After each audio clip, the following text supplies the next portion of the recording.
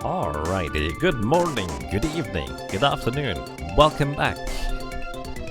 I hope you're all having a most pleasant day. Question. What was the last chest I opened? 5. Thank you, vice versa, because I'm terrible at keeping track of that. What did we say? 9? Either way, I'm back here. Let's try to get more chests. Because we need to get 2 rare drops from these guys, actually. Is that it? Wait, those are the only rare drops we need at this point. Huh. Neat.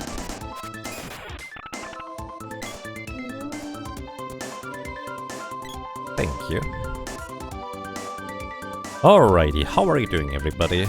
How's your day been going? Why are you still awake? Or are you awake again? I hope you have a most pleasant stay. Welcome.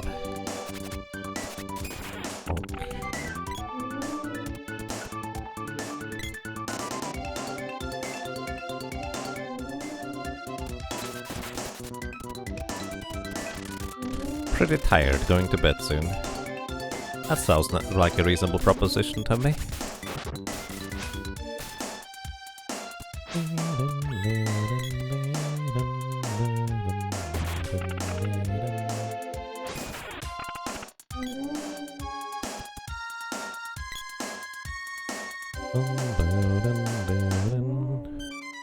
If you're not awake, this is a very realistic and pleasant dream.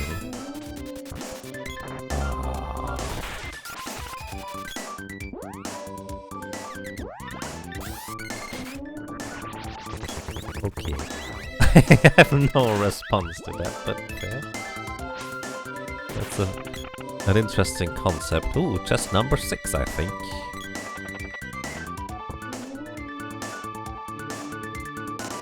Didn't get the thing. Another fairy ring that will not fit. Thank you, vice versa. You're still waiting for your turn to New Year. Still an hour to go. Alrighty.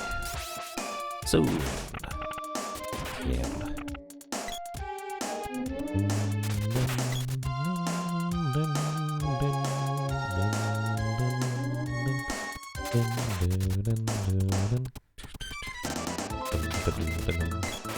Oh, right. It can also spawn the red doggies.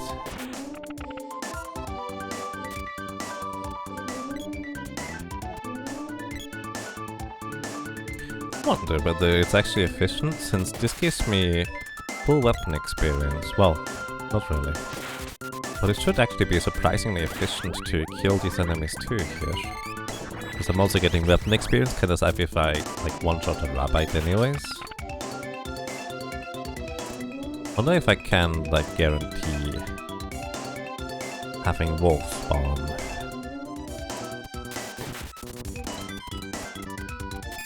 Not like this anyways.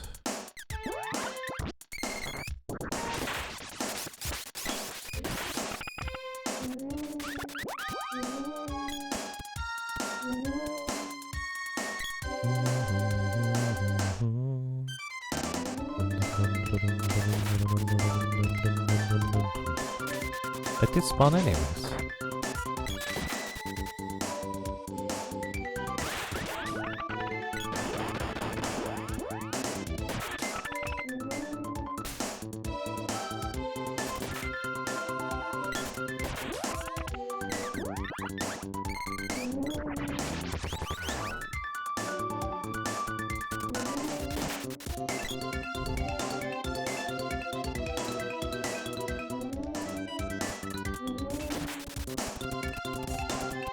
Oh, I see how it works. We need to have one of the heckhounds at the bottom spawn an enemy that prevents the slime from spawning, which makes this guy guaranteed spawn. Well, that's random. Can't really guarantee that one, can I? Happy New Year to the Mountain Time folks. I have to admit that I don't exactly know what it is, but Happy New Year. Welcome to 2 and 2 2. Oh, that's so silly. I like it. But yeah, I hope we have a good start, everybody.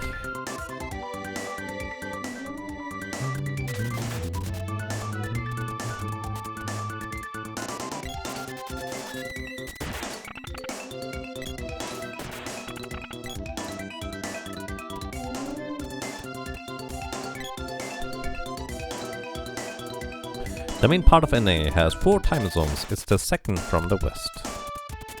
I see. For some reason, my impression was always that NA just has 3 time zones, where it's like East Coast,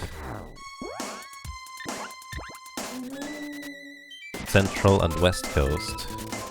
But I suppose that is definitely not accurate then. Learned something new today. Happy birthday, Happy New Year.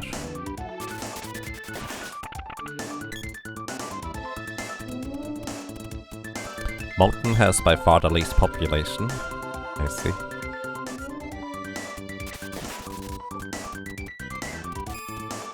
Well, there are certainly people out there somewhere.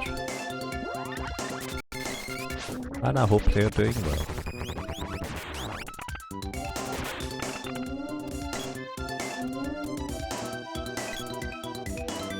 Mountain is currently on fire. Literally? That does not sound pleasant. Central isn't central? Apparently.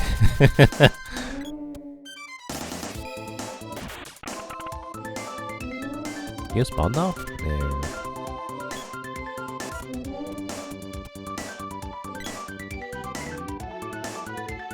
Happy birthday, calendar! You grow 1 year older. Or something like that. Oh, I thought you couldn't get... Right, the sprite cannot get engulfed in flames now.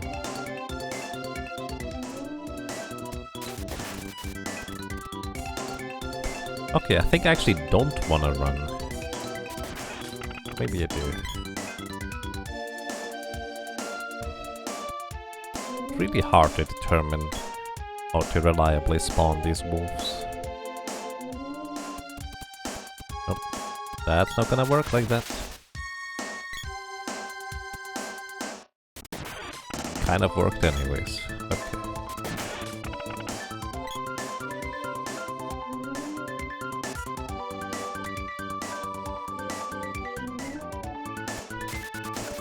Alberta is, on the other hand, is the 4th most populated of the Canadian provinces and territories. I think it's still least populated zone, but it's not an extreme as in the US. I see.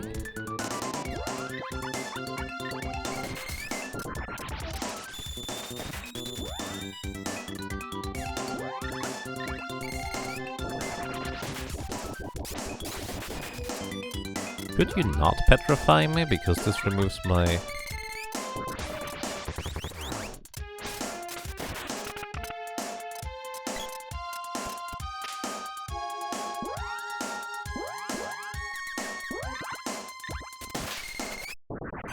weapon element.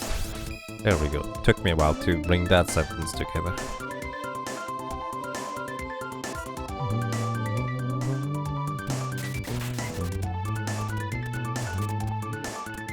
Alberta always reminds me of Ragnarok Online, because that is where I heard that name the first time.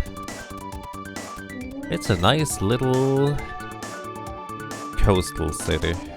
Well, it's not much of a city, it's like literally a few houses. But it counts as a city in Ragnarok Online.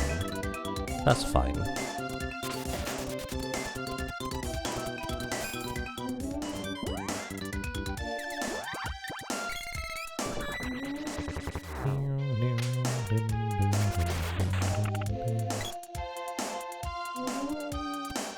Not the least in Canada.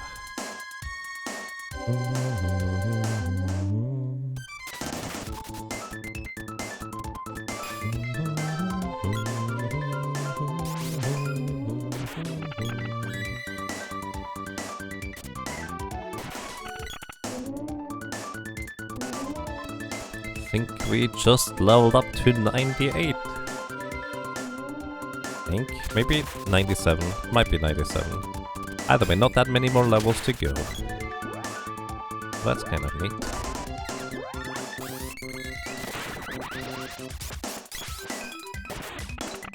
Takes you so long to realize that you're knocked out, my dear wolf. Because because you have to always cast your spells first. That last one is an off time, so there's only a half hour ahead of Atlantic. Yes, I actually am aware. That is always kind of fascinating to me. That you can just be off by half an hour. Or even a quarter hour in some cases, although I don't know where these ones are. Don't do that, that's my weapon element gone.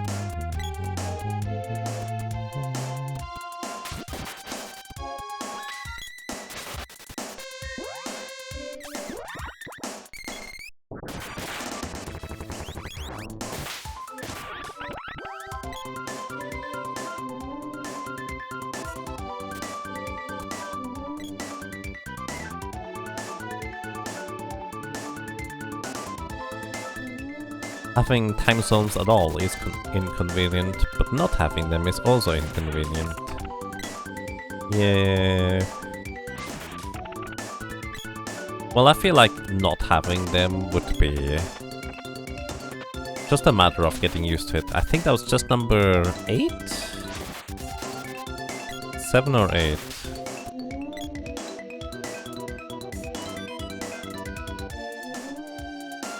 Seven. Alright. 2 more to check whether the prediction becomes true. Or not.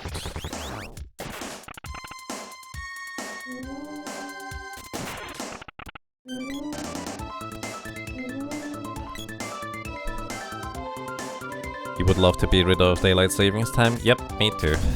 At least we should get rid of that part. It's just pointless.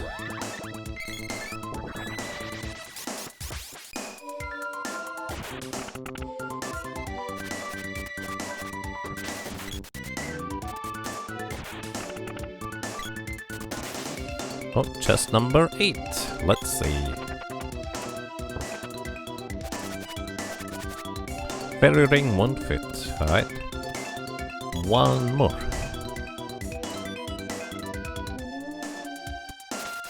We've never met anyone who wanted to keep it, and yet we keep it always do.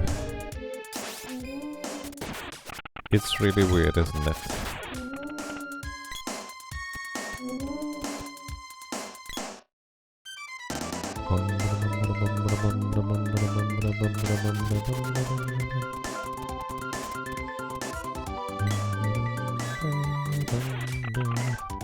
Like how I got to walk all the way to the right, whack this guy once, walk all the way to the left, knock out the guy entirely, go back to the right, still have to wait a little bit until he's finally realizing that he should probably fall over. Quite impressive.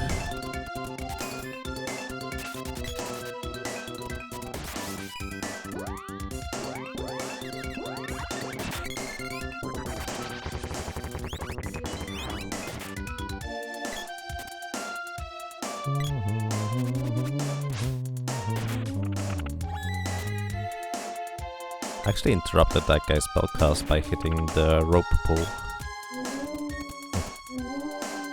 Hello.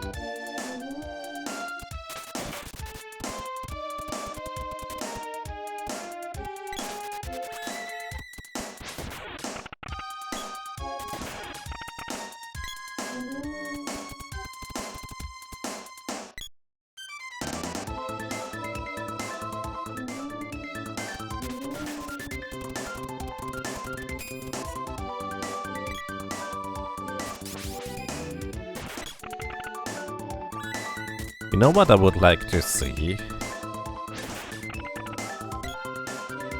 Oh. Chest number 9. That's not what I meant, but prediction is complete. Chest number 9, unfortunately not it. Actually don't know how to complete a prediction.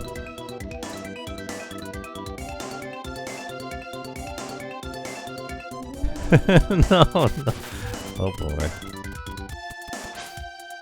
You'll take care of it. Okay, thank you. I'm sure it's not that difficult, I just would need to find the button.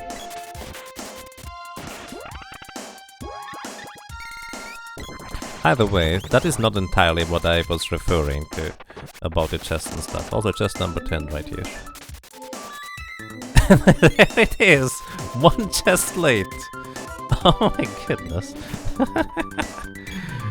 Orb. Actually no, excuse me. Orb. That's how it works. Okay, there's 10. Oh boy. One more.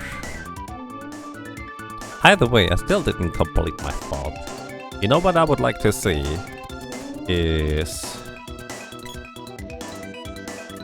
You know these little rolling notes at the bottom of the melody? I don't even... or at the bottom of the music. I don't even know what to call that. If somebody has like a technical term, I would love to learn.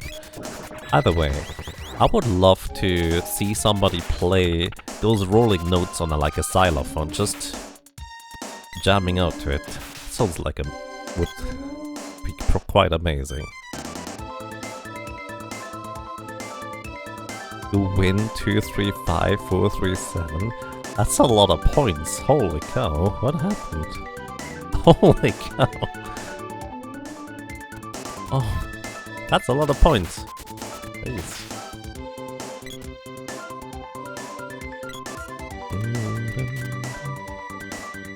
Well, I hope you enjoy your points. You can say hello a few times, I guess.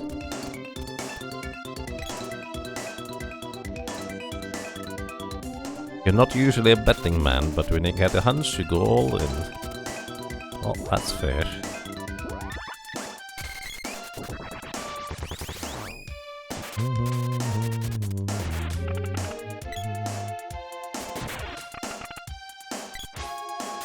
Don't do it. You did do it. What a meanie.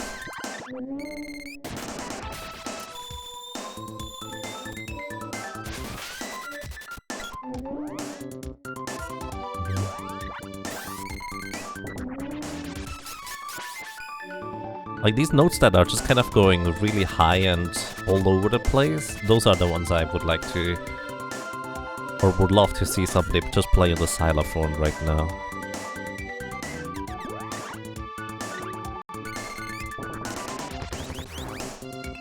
Up and down the scale? Yeah, pretty much. That's what I call the rolling notes. I don't know what it's called. It just... It goes all over the place, literally, in my headphones. It goes from left to right and right to left, and it's really playful. I just love that part of the music here, honestly.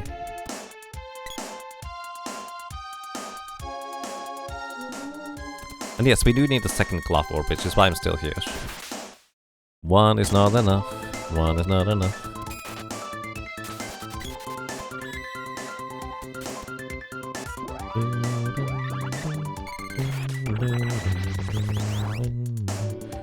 Okay, just number 1 of the next set coming up right here.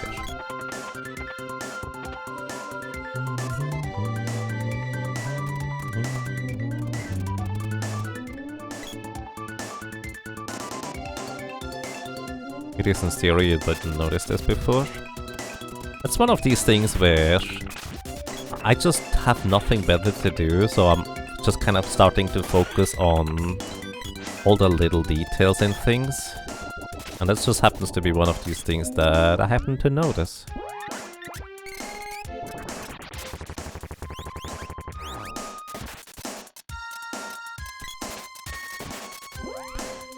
Checking level real quick. Boomerang is level 8.0. It should go up now, right?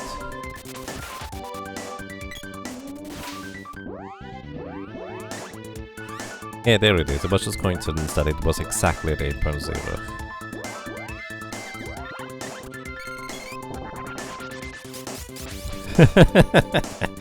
You would burn down the fortress yourself if chests were in 8 at 10 plus 11. I mean, wouldn't be terribly likely, but also just as likely as most other combinations.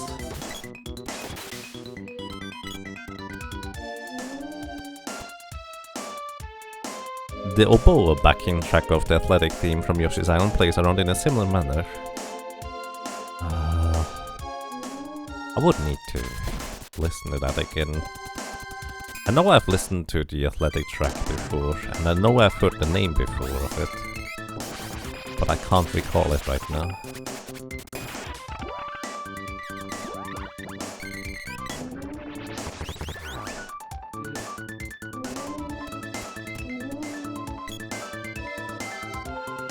Now that he pointed out that...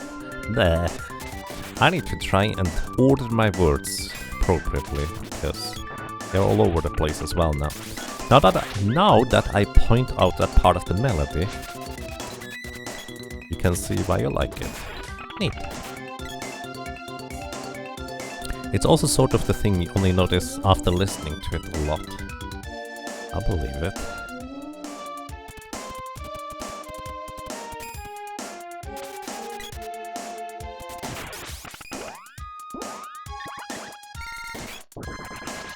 Oh, I didn't knock him out. Good night.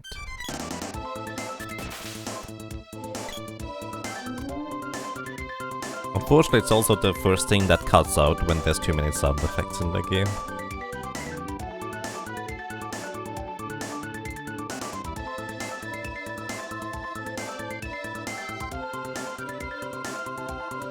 I don't know what it is about the Secret of Mana soundtrack that makes it feel so, like, unique, fitting and lively compared to really more full soundtrack, if you will, of the Trials of Mana game.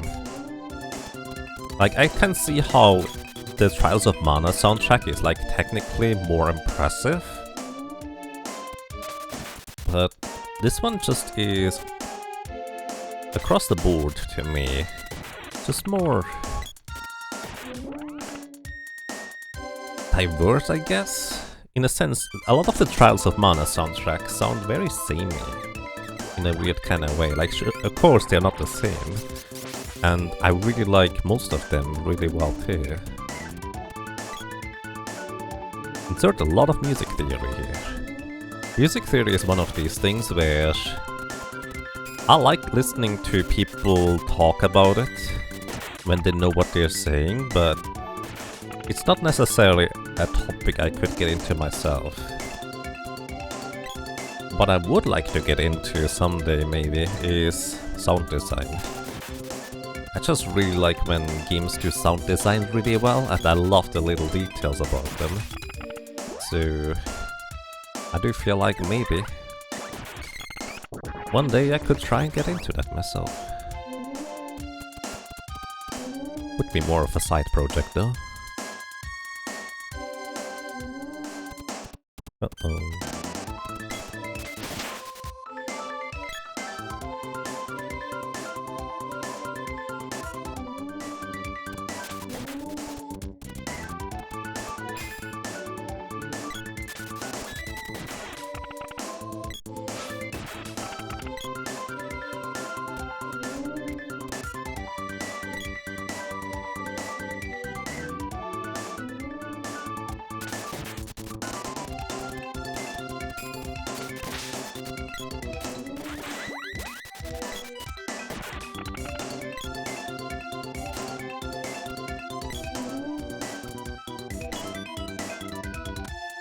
You know, you were saying to yourself that you'd finally go to sleep when you got that first orb.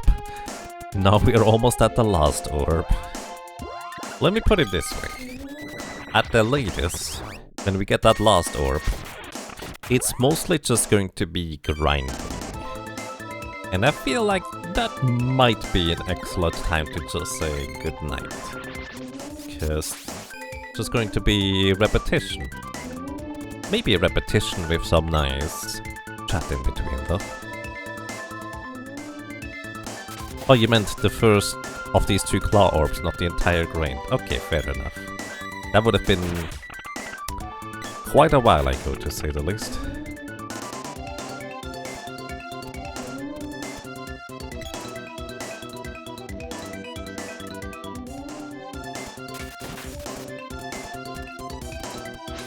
Actually, I just realized, how far are you with this Brady?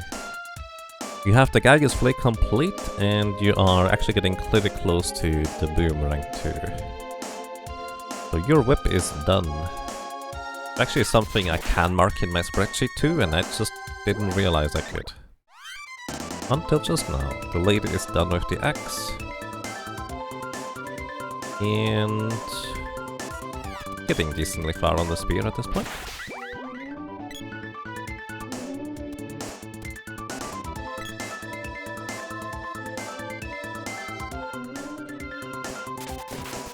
There was a track in Final Fantasy IX that you swore you've heard before, and finally found out it was a very similar track in Secret of Evermore, so similar that you can't believe it's not coincidence. Interesting. Chase number 2 of this sequence. Was that a wolf? Yeah, that was a wolf. That's number 3 right there.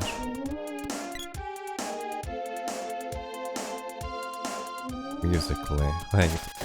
I mean, Secret of Evermore is a Enix of America game, right? So I don't know who composed the music for it. Delicious Water Fiesta.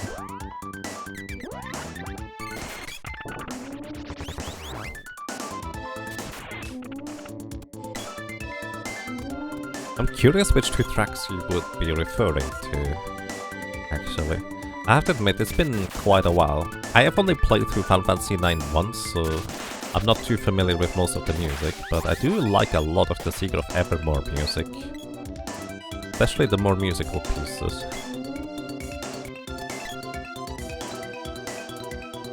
I would be interested, Billy Hill. The one that blew your mind, Kusha's theme is a theme from the pyramid in Final Fantasy V. Kusha? Really? Ah, I did not know this, interesting.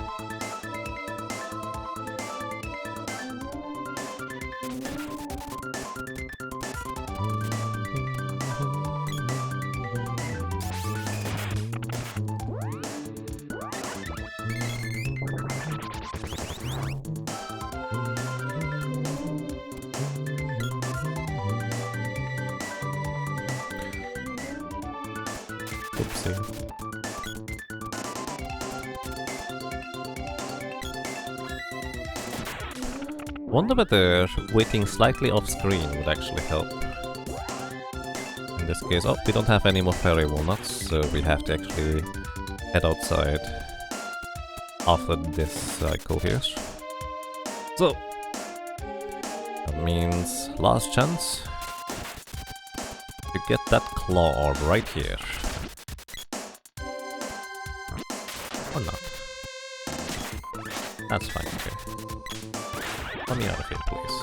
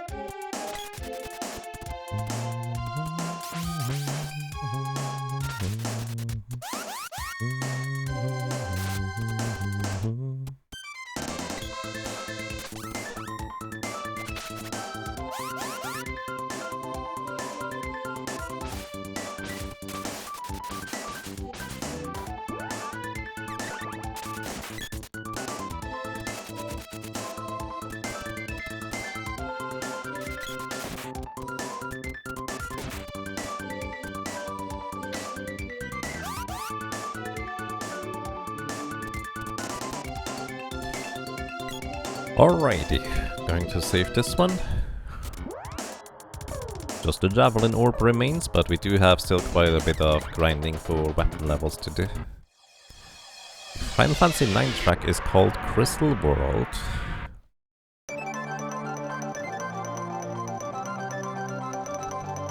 And the Seal of Evermore song is called A Boy and His Dog.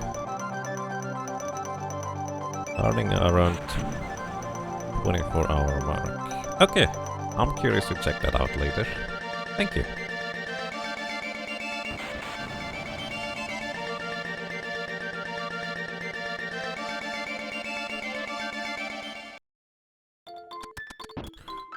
A Boy and His Dog almost reminds me of A Boy and His Blob. That's an NES game though. Quite different.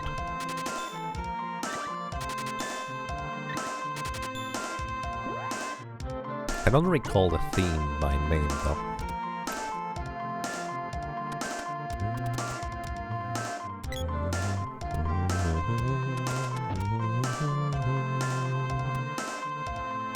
So do not upgrade the sword, do not upgrade the spear. That's the dart, that's good. We do want to upgrade this one. And one claw. Okay. Good.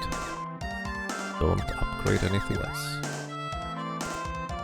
You need more GP, you don't have enough. Well, I think this run we're not going to max out the money. We got really close to maxing out the money on the very first run though.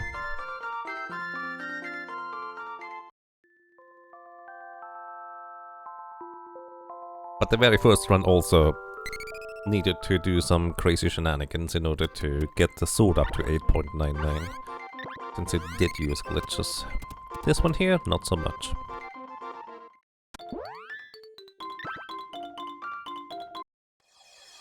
Actually, I should probably put in some leveling in there, shouldn't I? Magic leveling, that is. Yeah. Okay. Let's get 2 more spirits to... Actually, let's get 3 more spirits, both the sprite and the lady, to max level. Let me see where we are currently at the moment with them. Okay, we have Luna maxed out already. We can actually mark that. Lumina is at the verge. Sulfid will take a little while longer, but we can catch up Sulfid to something else for the sprite. Everybody else is at 8.0, which means it is ready to be comboed with the sprite's abilities. So it's just Sylph, and Sylph is actually easy to train out in the field anyways, because it can target with 1 MP other things. On the sprite side of things, we have Gnome Salamander, Undine, Shade, and Sylphid is really close actually. Sylphid is almost there.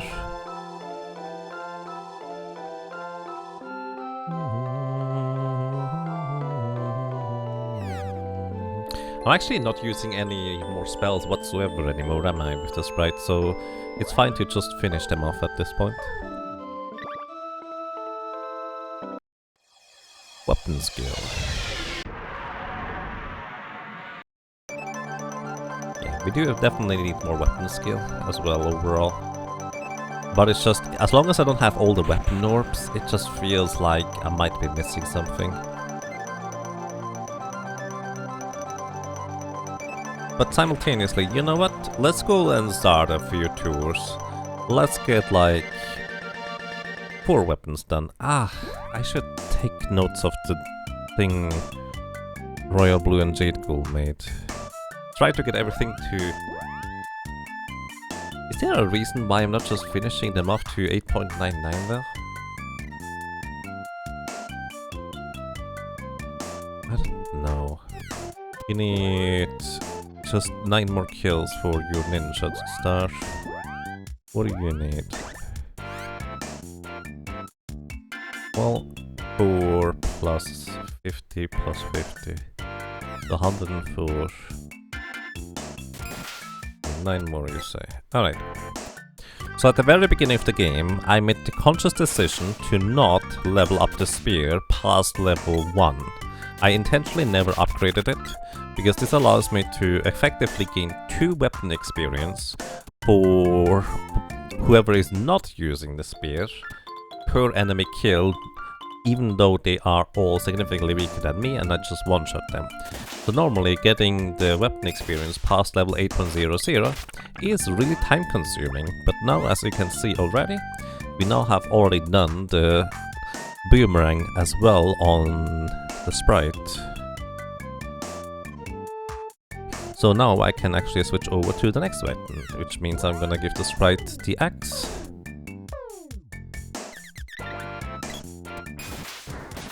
And we can just continue here. Each enemy is going to give 2 experience to the sprite, 2 experience to the lady on their respective weapons. The boy doesn't get any weapon experience, but we can effectively switch that over soon-ish anyways. Plus, he is probably the one who has the most weapon experience across the board either way.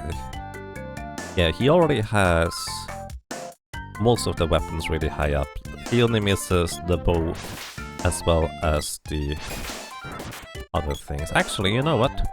Until I get these to level 2, there's not much of a reason not to just use them, because this benefits the boy for actually straight up experience too. This makes the most sense now I think about it, because this is also getting 2 weapon experience to both the sprite and the lady every time I kill something here. And it gives him 4, so it does make a lot of sense. Oh, take care, Ricodactylus. Thank you so much for sticking around for such a crazy long time. I hope you rest well, and until next time, take care.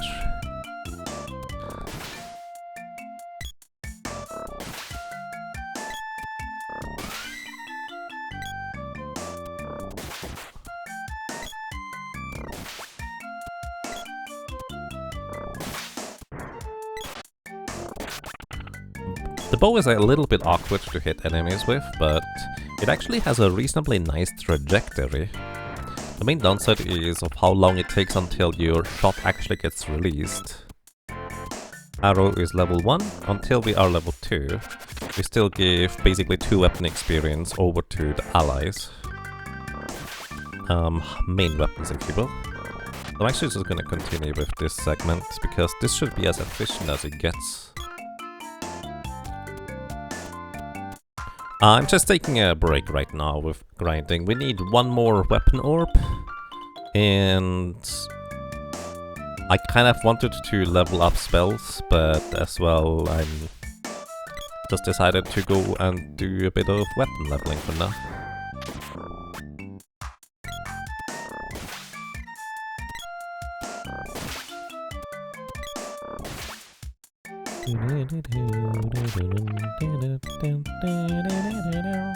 And hi, welcome to you, Tilo. Well, I hope you like this run as well. Hopefully no flu this year, that would be nice.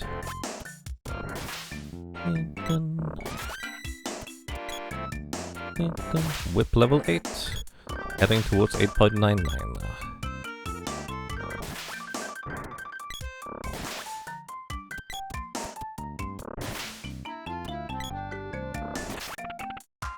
This 100% seems very intense.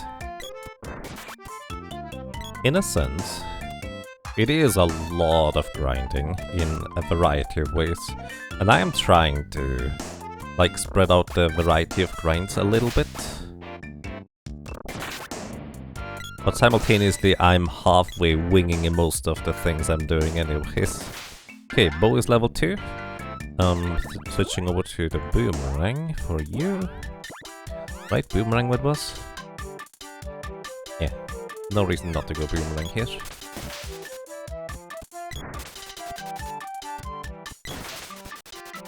I need the sprite to not kill these enemies, because it actually is inefficient if you do, my dear sprite.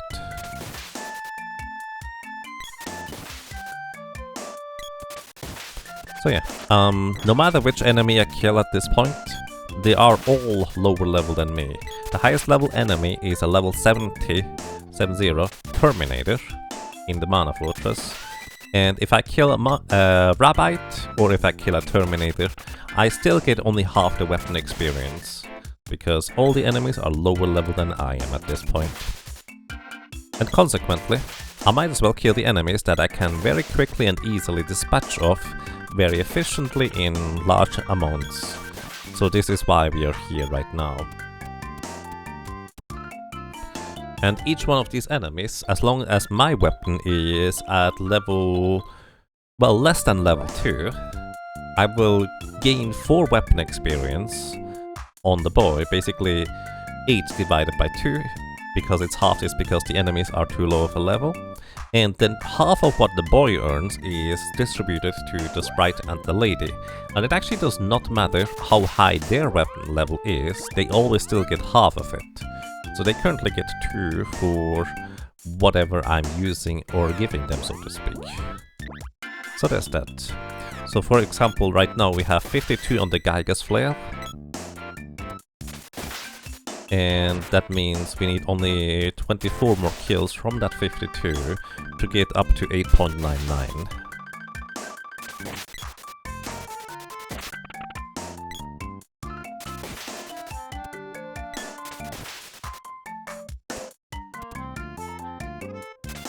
The boomerang didn't return until now, I couldn't shoot. Sometimes the boomerang decides to wrap around the world. I have no idea why. It just happens. I'm not trying to use glitches, that one is definitely not beneficial either.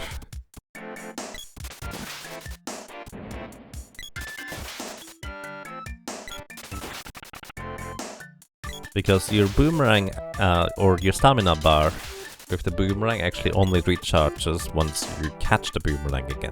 Kind of a unique weapon in that sense.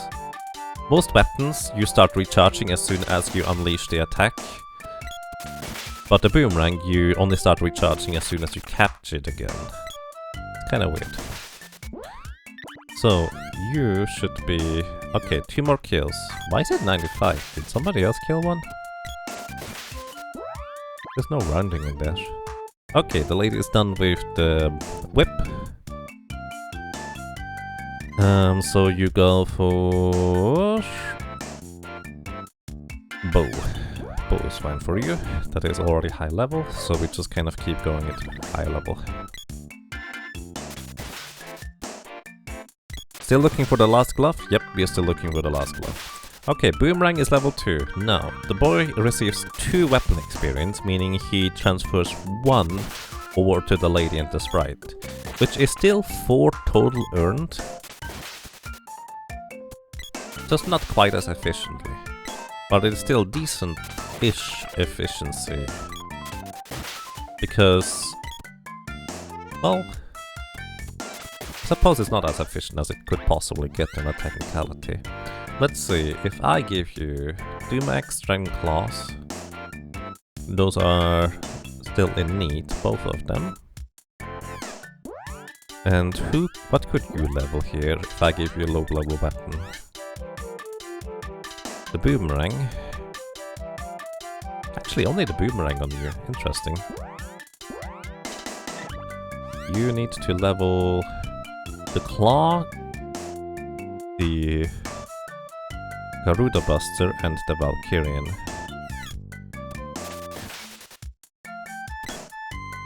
Okay, we can work with that.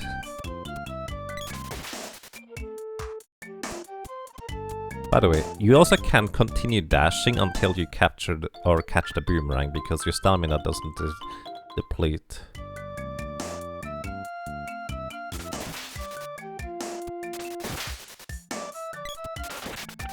You always felt the boomerang was weaker and less accurate than the other ranged weapons. It's definitely something to get used to. It's a strange projectile. It doesn't help that the returning boomerang does not deal any damage. So once it's all the way out there, you're just literally waiting slightly longer until you can shoot it again.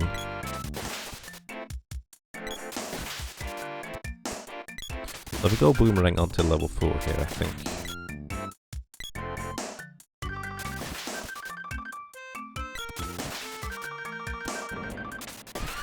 curiously enough, Boomerang is actually one of the strongest weapons if you have specific levels of charge attacks.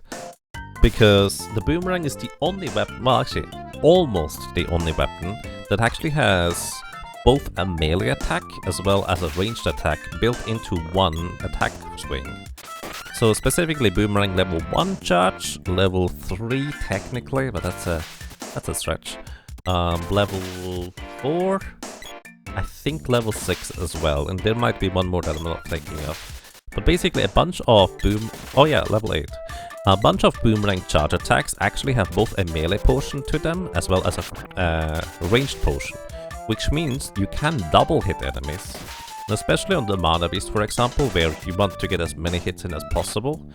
Charging up once in order to get 2 charged hits in is really crazy good, especially since they stack sequentially after one another, so you can effectively just deal 2000 damage with 1 charge attack if you, well, have enough attack power and such. It can be really good, but at the same time, it's a little bit awkward to use. Does a weapon at 8.99 behave any different than at 8.00? No, there's no functional difference. There is a technicality of a difference, but it's not about the weapon itself, it's actually about the Mana Sword spell, which is something entirely separate. And realistically, it will never matter. So what I'm trying to... Come back, Boomerang. Basically, the Mana Sword spell gains an additional attack or additional attack power based on leveling up your secondary weapons. Boomerang level 4. Okay, what was the other weapon? Bow. Right. Also, actually, what... Oh yeah, the sword was up there. Either way, the... Oh, you have the bow. How far are you with the bow? Not that far.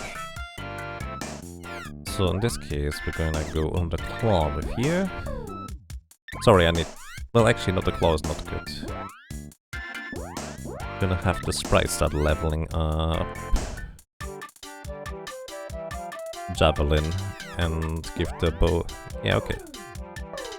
Sprite goes Javelin, and the boy gets the axe for leeching. Alright, now the sprite needs to kill stuff. Either way, the Mana spell actually gains additional attack power based on secondary weapons levels. And the way it does that is a little bit strange. A full weapon level effectively gives you 12.5 points of weapon power, if you will. And every every decimal value of weapon level actually gets you a full point, so you can have 1.99 gives you 99 attack power points and plus 12.5. So technically it's actually better to have a weapon at 0.99 in order to power up the Mana Sword spell to be stronger than a weapon at 1.00. But that's only really relevant when you're trying to do speedruns and you need to do the minimum amount of weapon leveling while still having a decently strong mana weapon. So basically, most of the time it doesn't matter, because you're having probably your secondary weapons leveled a sufficient amount anyways that it's gonna deal maximum damage no matter what. So effectively, there is no real difference between an 8.00 weapon and 8.99. It could technically, in some ridiculous extreme cases, play into how much damage your Mana Sword is gonna do, but that's unlikely. But I think I covered all my bases. Probably. Any more questions? What did I not explain properly? Probably nothing, really. Like I didn't explain it well. If I were to guess.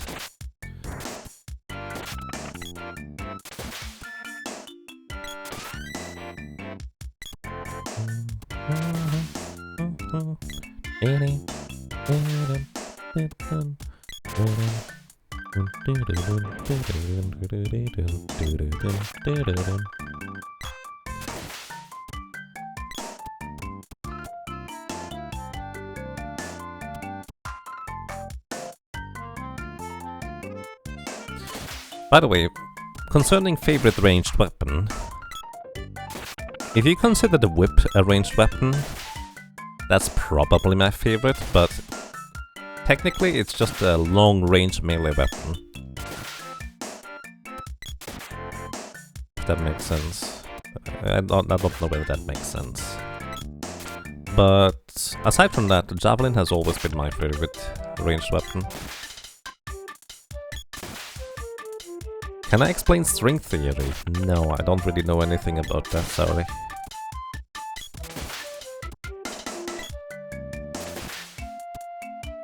Other than animations, are there any functional difference between spells at level 8.0 and 8.99? Yes, actually. From what I remember, spells that are at level 8 and have the normal animation are actually the same attack power as spells at level 7. Only when they get the fancy animations at level 8 point something, they actually have basically level 8 spell power, I think. I do not know whether I remember this correctly because it's pretty long since I've actually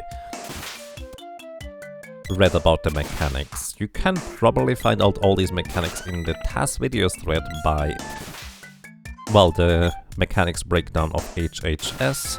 Reggers from Game FAQs originally, but he's also in Moppleton's randomizer Discord now, would probably know, as well as Moppleton, the randomizer creator monster master, I meant to say, himself, should also know. Do I have a favorite ultimate spell animation? Let me think.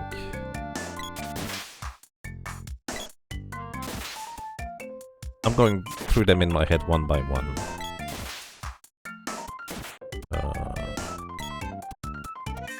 Earthslide is really good. I do like the Army of Shadow Zeros, but that's kind of a rare animation, I suppose. Don't even remember which spell that was.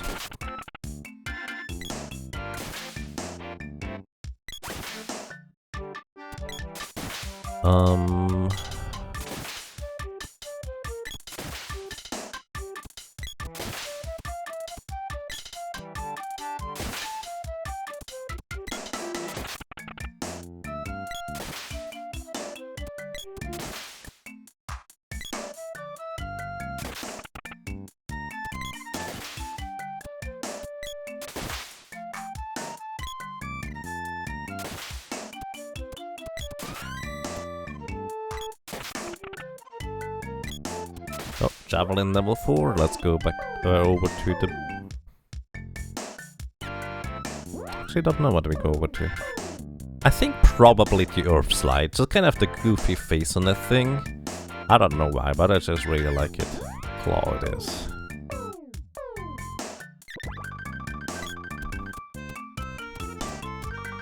Pretty sure the Army of Shadow series is Darkgate's second advanced animation. Ah, it is Darkgate. That sounds about right. I tried to trigger it earlier and I didn't manage to get it done. But it could just be, well, rare enough, I guess.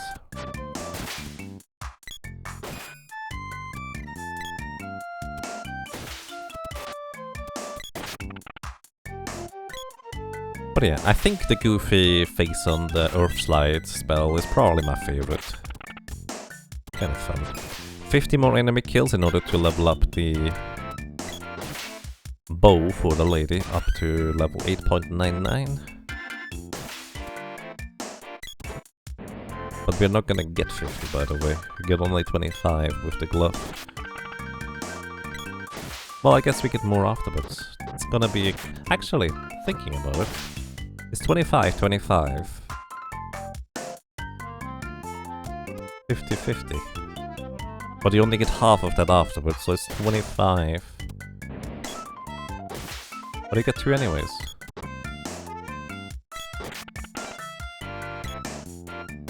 Oh, I understand now what Jade Ghoul's notes mean. And Royal Blues for that matter. Right. Ah. That makes sense.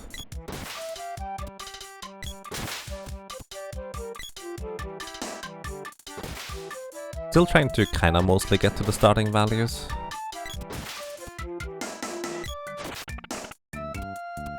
But I'm also kind of taking step by step where I feel like I'm just maximizing the amount of points I'm getting. Which does in fact mean there is in fact value of not leveling up certain weapons. Well, maybe.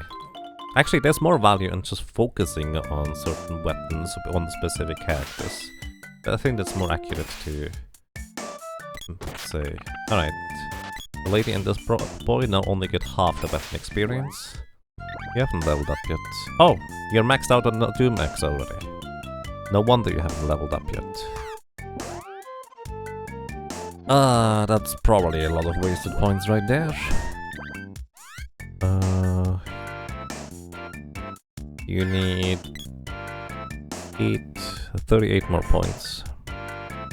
Axis done on the boy. 36, 35, 34, 33, 32, 31, 30, 29, 28, 27, 26, 20 less, and 24.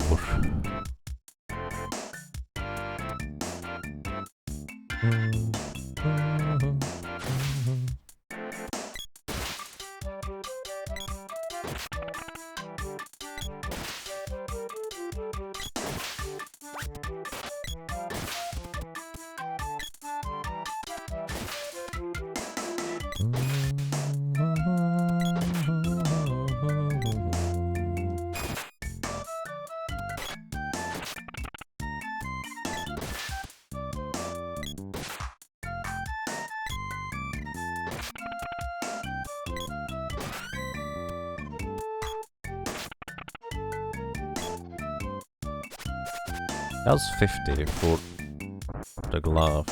Wait, was it? No. It's 3 each. 33. How far are you? 5 more and the bow is done. How are they gonna mark the bow as done for you? That way I will be able to actually switch it over to the boy afterwards. But I think we're gonna finish the thing here.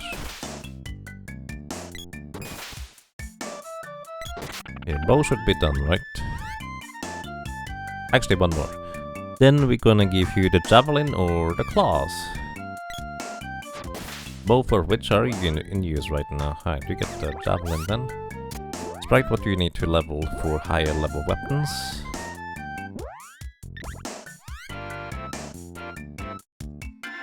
Bow is low level actually. We can just continue with the bow, this is fine.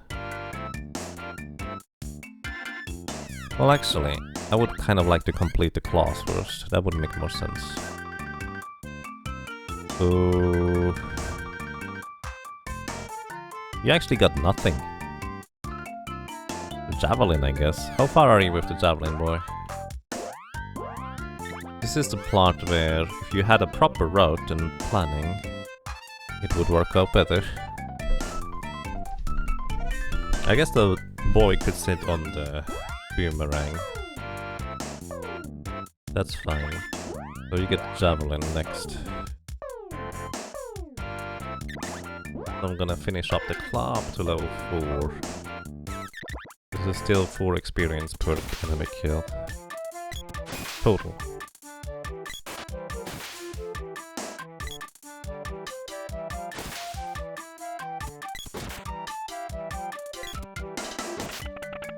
We remember reading a comment somewhere saying that this field theme sounds gay?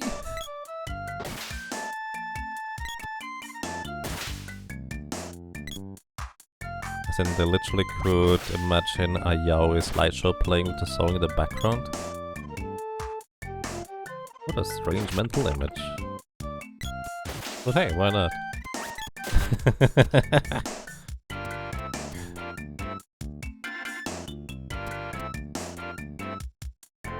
I mean, that can be cheerful.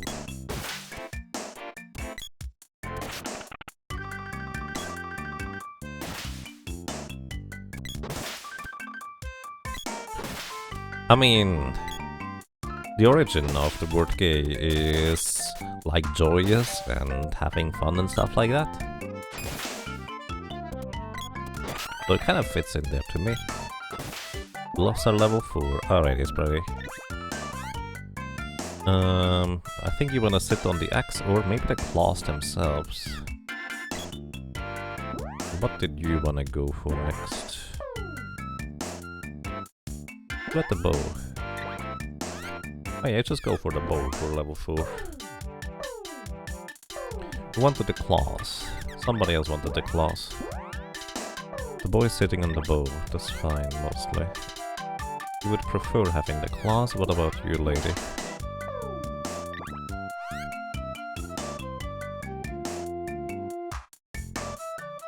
You're fine with the spear. So you're gonna go claws up to next level.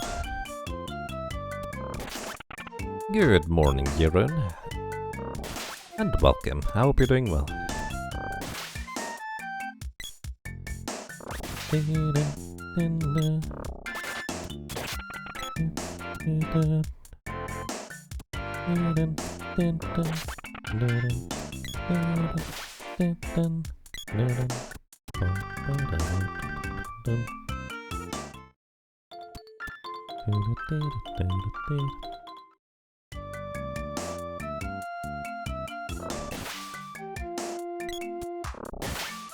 Just random 3 AM thoughts. Good morning. It's technically morning, I guess.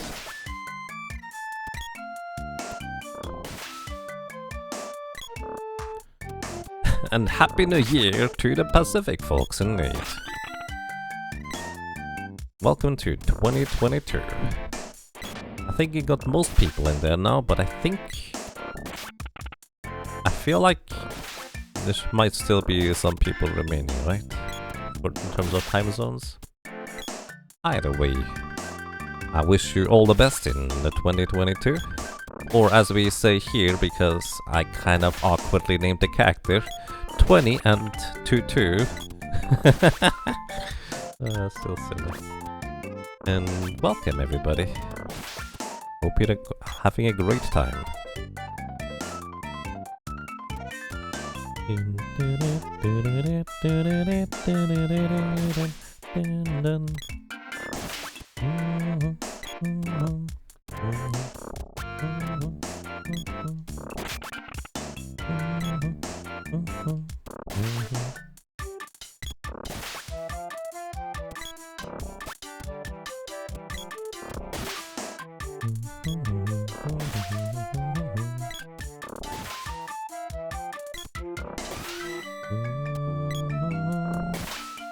Arrows level 2. Actually, this would mean level 6 and some change. And you're getting to level 8 with the claw. You're not gonna get to level 9 with the boomerang, with the bow here. That's mostly fine. Oh, right. The claw is maximum level 8 anyways. I don't have the final one yet. Derp. Don't forget about that. That's right.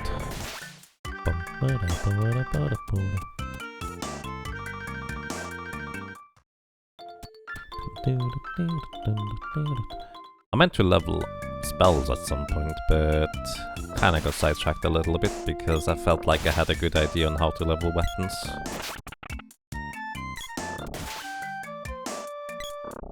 I guess I kinda saw those somewhat there.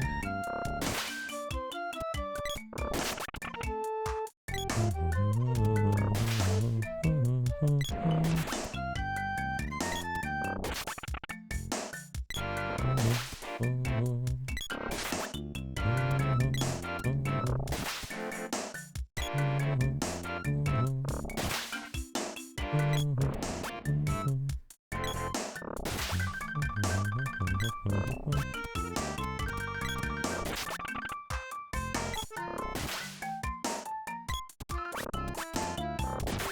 kind of fascinating to me that whoever effectively gets the last hit on an enemy normally is supposed to get the most weapon experience, but because of how the system ends up working, that's rarely actually reasonably accurate.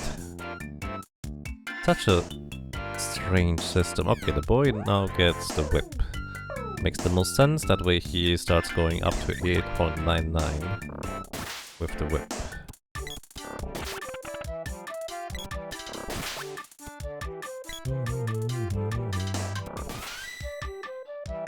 This should be... oh no, it's one more.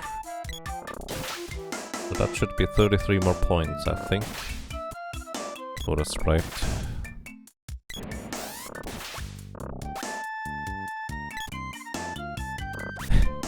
Breakfast is delicious? Well, that sounds nice. Hey, good morning. I hope you had some a restful night.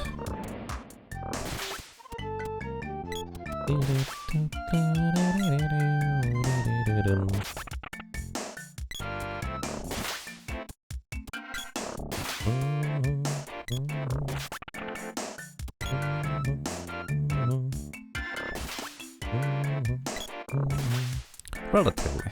Okay. That's fair. You should get some sleep. Sleep sounds like a pleasant idea occasionally. Thank you very much, Iceburner. Thank you for sticking around. I hope you rest well, and until next time, good night.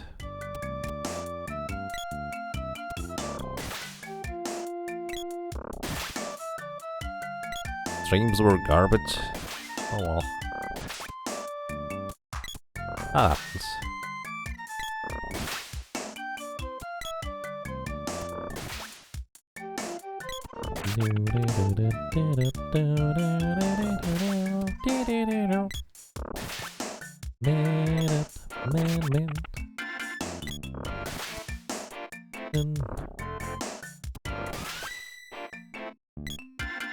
Okay, bow is level 4. Means I think the sprite leveled up everything they could. It's kind of along the way that is. What about your levels? You can still go with the boomerang. Then the only things remaining at that point are other things. You actually still have the bow to go to the next stage as well, so that's quite alright.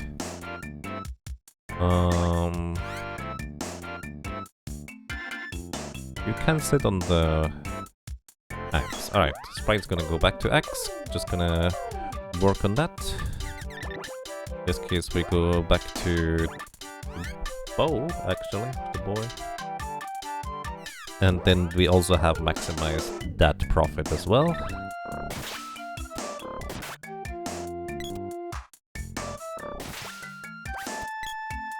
You need to sleep now? Alrighty, good night, Runeseeker. Thank you for dropping by. Have a good time, and until next time.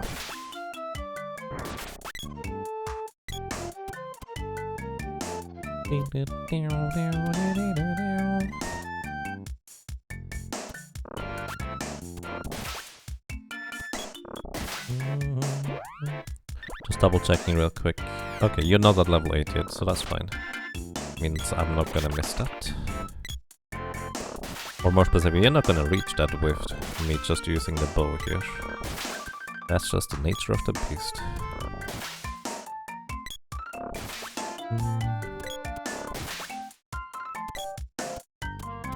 And let's see, Panzerkampfwaffe. You might have answered this earlier. I probably missed it. You made a call for challenges for a gauntlet of sorts for the end of the year. That's still in the works or postponed until further notice. It was mostly just an idea, if enough challenge, like ideas and concepts came together. But for the most part, there was, well, about well, not that many suggestions. So I felt like either the enthusiasm was just not there or the ideas for challenge gauntlets. So basically nothing came of it, and then turns out that the Jäger Monthly of December, Final Fantasy X, takes way longer than I kind of planned for it. You still have Planescape Torment running, but I have to basically more or less halfway restart that again. I might as well just finish Final Fantasy X at that point. Level 3 with the bow. It says arrow, but it's a bow.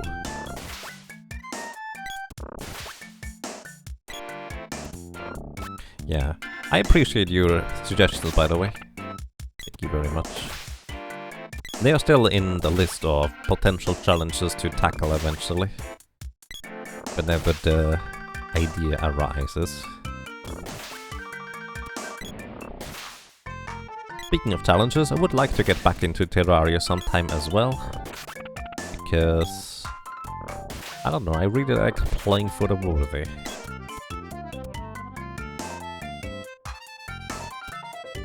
Final Fantasy X certainly keeps on giving. Yep. The Maga Sisters are... well, I need to figure out how to tackle them. Like literally the first idea right now is just level up Yuna.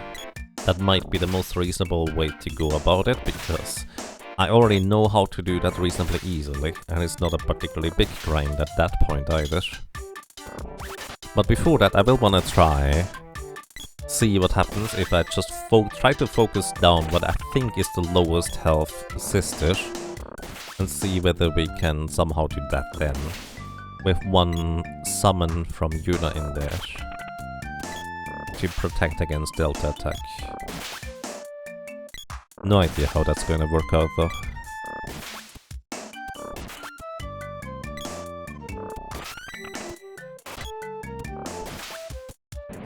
Alrighty, bow is maxed out on the boy, so I think the lady is the only person who still has a weapon to max out. Profits, so to speak, with the boomerang. Okay, what does the boy want to sit on? The flail actually can use just a little bit more. In fact, that's gonna guarantee max it out sooner rather than later. How close are you, Spritey? Oh, that's gonna take still quite a while, so I will just have to pay attention to the boy for the boomerang. So boomerang is gonna be 454, 62, 3, 4, 5, 6, 7, 8, 9.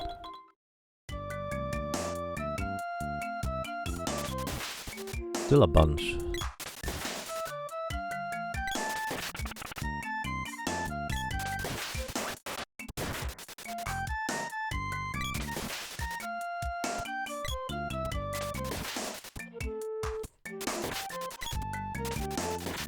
Ah, come on.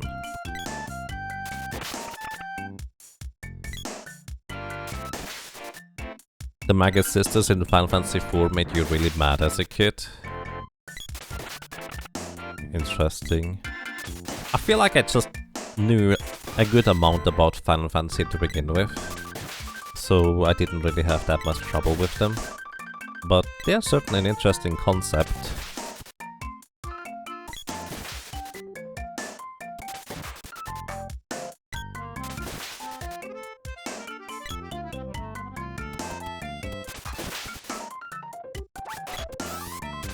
It's nice to be able to get up when you want to walk around. You're kinda annoyed by it already.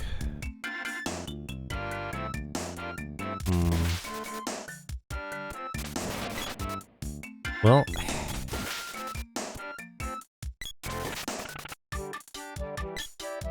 welcome back.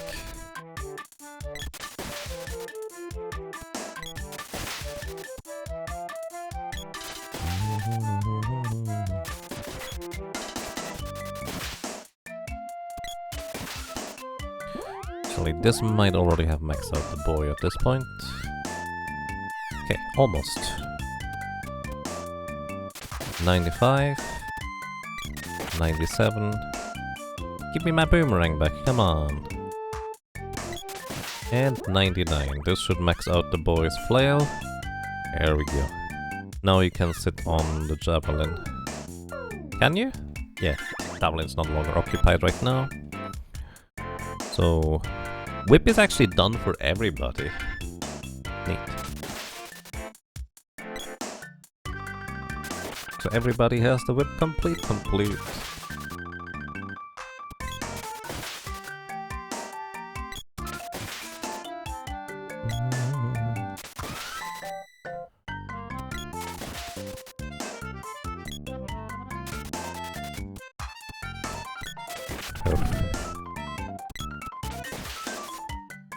That can be long 4 days, I guess.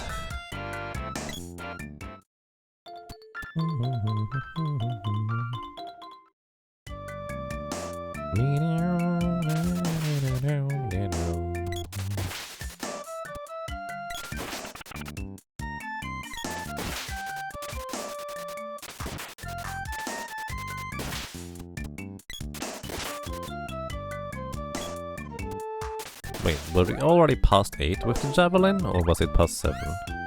Oh, past 8. Okay. Oh, don't do that. You're not getting any weapon experience whatsoever. Come on. Give me my boomerang back, please.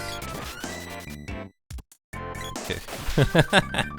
That was the last possible kill the sprite could have gotten, and still gotten any weapon experience whatsoever. Kind of interesting to think about. I think the lady is going to be the one to use the spear as well to boost the others. But we're going to effectively take a break from weapon grinding and go level grinding with spells instead. Well, I say go, but I'm probably just gonna stay here, really. Well, actually, maybe not. Kakara's still the better place for that. More efficient.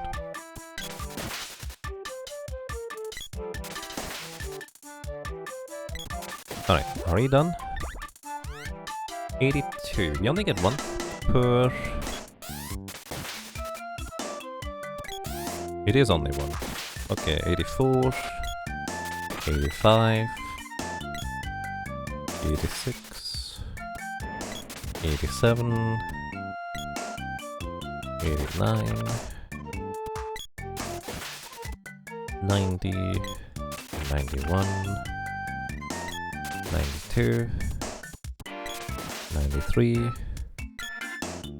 94, 95.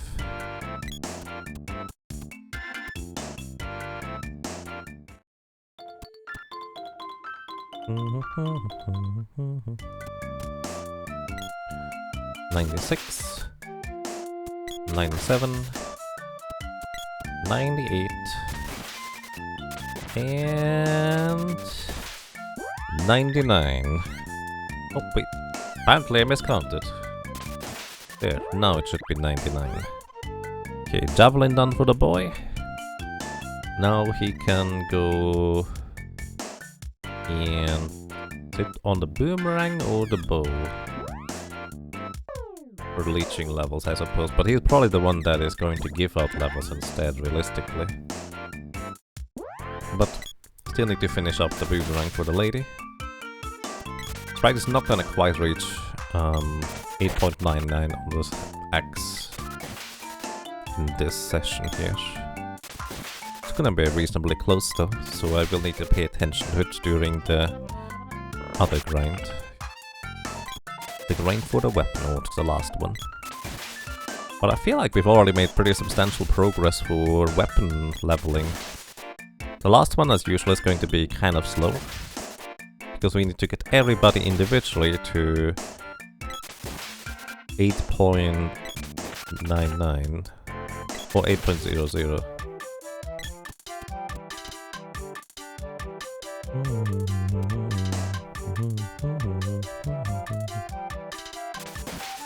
Is the remake good? It's a mixed bag. I wouldn't call it good, but I also wouldn't call it bad.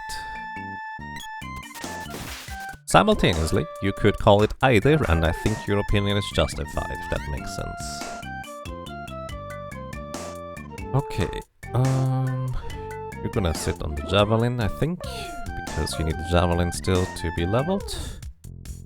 And the sprite is just going to try and leech all the experience off of the other two. Okay, I'm gonna go back to the spear with you. They're also gonna be switching over to this.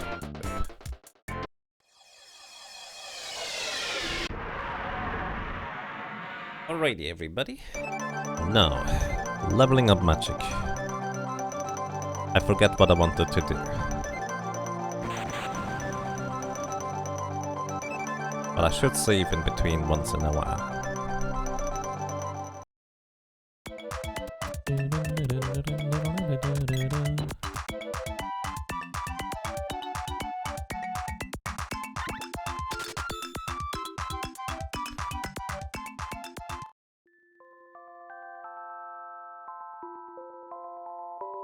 I really should put all the all equipment split above the weapon orb somewhere, but you never know when that's gonna be anyways. Do I still have any fairy walnuts? Oh, alright. Now the plan is to level up 2 of the spell skills of the sprite and the lady simultaneously. What do you guys still need? Undine, Gnomes, Salamando and Lumina are all the same. Sylphid still needs a little bit more, which is separate anyways, that's fine. Your Dryad needs a bit more. You know what? We're gonna level up Dryad and Sylphid at the same time for those two. Hopefully they're gonna reach similar numbers in similar time. Happy New Year! Thank you, and Happy New Year to you as well. Welcome to you, and I hope you enjoy your stay. Also, or I hope you enjoyed your stay. Depends, I suppose. So, Sleep Flower level 7, and Analyzer level 6. Analyzer costs me actually less to cast. Sleep Flower costs 2 MP, which is still decently efficient. Especially with 99 MP maximum. Happy New Year!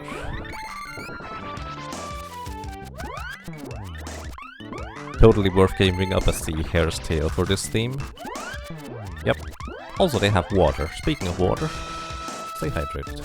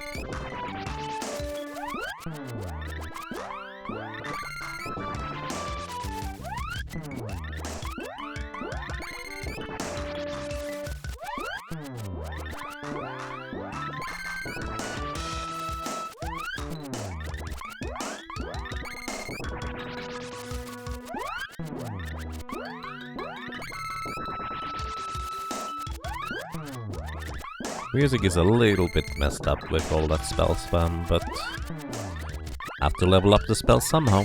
By the way, from level 7 to 8 it is 50 spell cast, 50. And from level 6 to 7 is 33 total.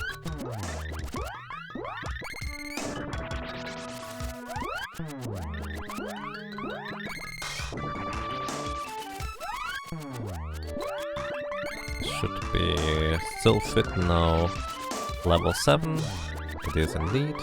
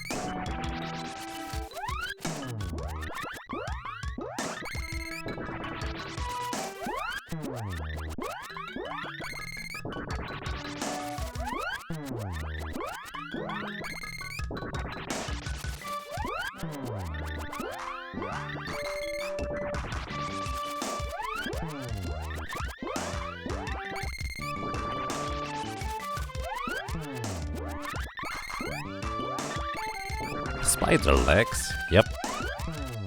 Basically the antlion of this game, if you will. But it's spiders instead.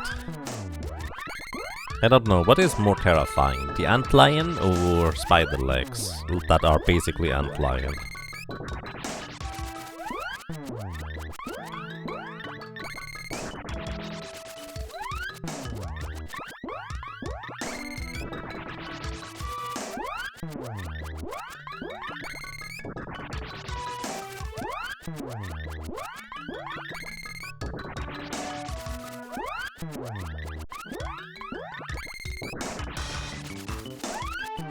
Okay, no more MP on the sprite. But we can generate 21 more MP.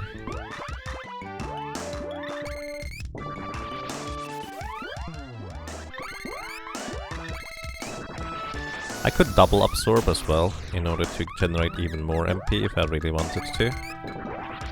But that's not within the glitchless rule set. And I don't really care too much about this one in particular, that rule. But if I easily can keep it within the confines of that idea, might as well just do it. Also, welcome to level 8, Sleep Flower. Soon we're gonna go into the territory of 8.00 spellcasts, where we get the fancy animations.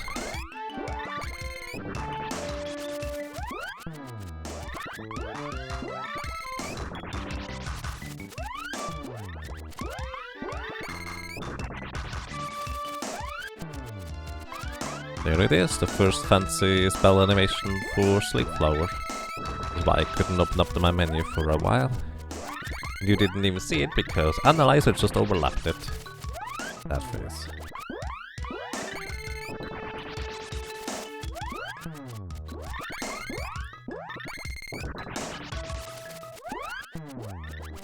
You vote for Final Fantasy IV Antlion for the scarier mob.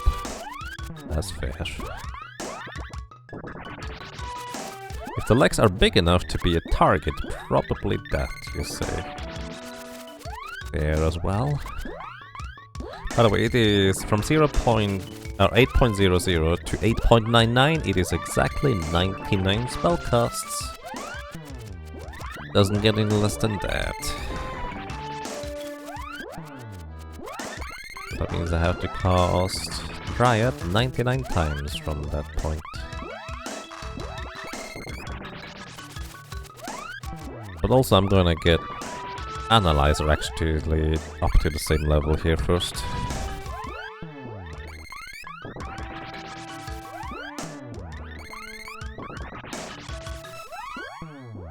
Okay, level 8 Analyzer now.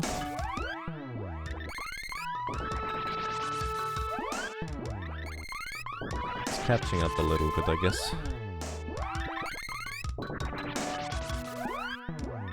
But at this point, we might as well just use the fairy bonus that we have on the sprite.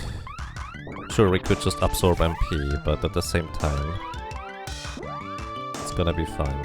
Also, that was the first level 8 Analyzer animation. It doesn't look much different than the normal one. And to my knowledge, it doesn't do anything different to begin with.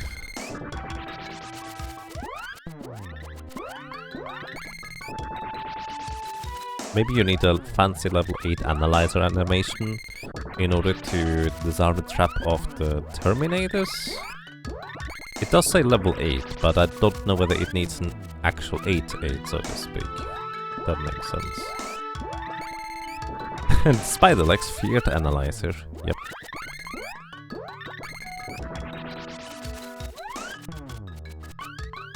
Because, you know, Analyzer is a Sylphid spellcast, Sylphid element, and Spiderlegs does fear Sylphid.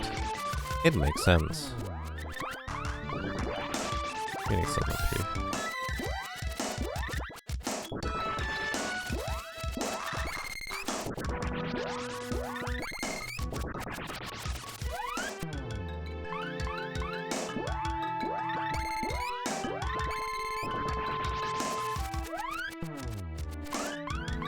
Okay, we're getting into the territory where we keep getting more and more of these fancy spell casts. Let's see, how much more do we need on the sprite? We are up to 34 on Dryad, which means 50 or 65 more spell cast. That's 130 MP used up still. Can probably get a more accurate count on the lady because it only costs 1 MP to cast Sylphid to begin with. And you need, well, 69 more. Alrighty. I'm just gonna finish up my MP before we go anywhere else though. But the lady needs just a little bit more MP than what she currently has.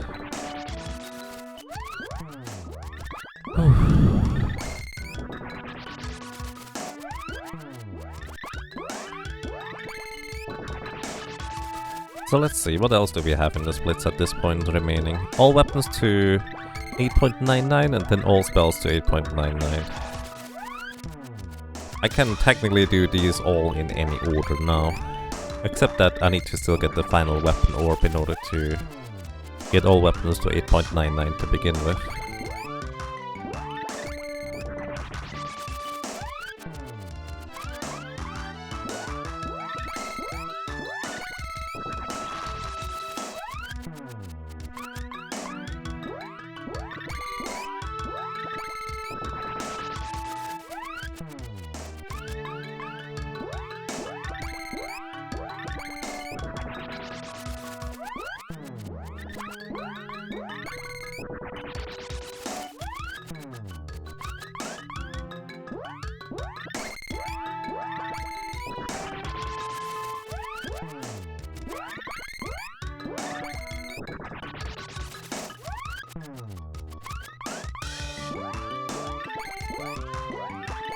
You can only get the orbs on the last level.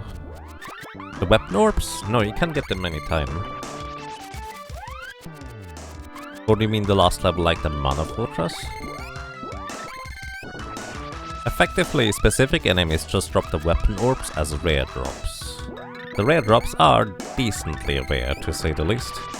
So, can be kind of tricky to find them. But specifically, I just need to defeat enough Wolf Lords to get a chest drop, which is a 1 in 16 chance, and in that chest, there's a 7 in 64 chance, basically slightly more than a 10% chance to get a, well, claw orb in there.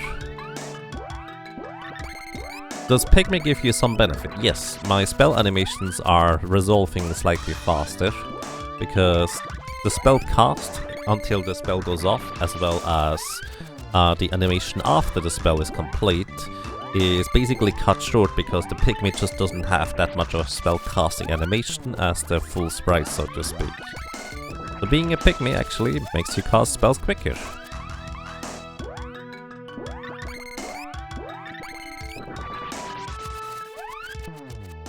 Good morning, Balakar, and welcome. I hope you're doing well.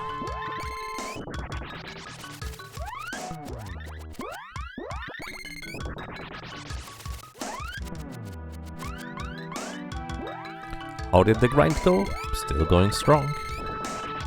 Just basically working on the next set of elements here to level up. Just kind of basically changing up things. I did actually start leveling up weapons, and we have a few complete now. Makes sense, figured it had something to do with casting as you have it on your casters.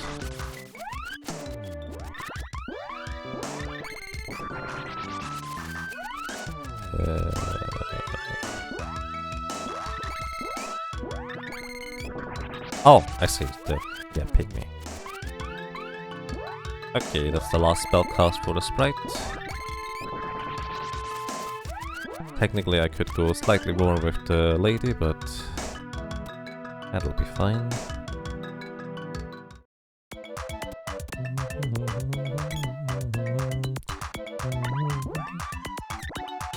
When you were a kid, you got so excited when you discovered the high-level animations for the spells. Yeah.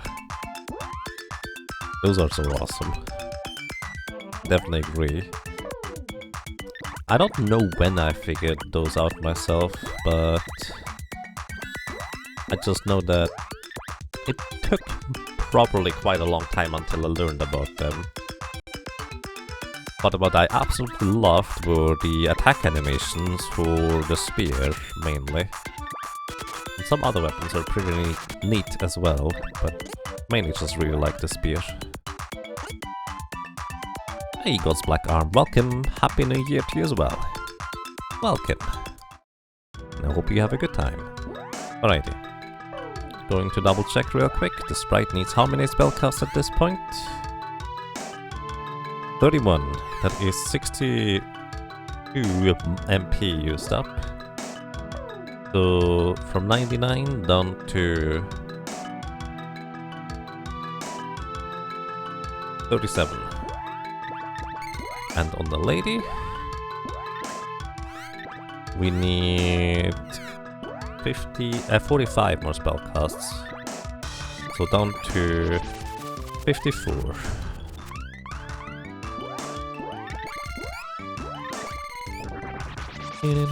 Do we have all the orbs already? Nope. We are still missing the last claw orb. But I ran out of fairy walnuts to cast buff spells with the lady, so I decided to just get out of there for now. And I started with leveling up weapons, and as a change of pace I'm also starting to level up spells. Just kind of getting everything, if you will.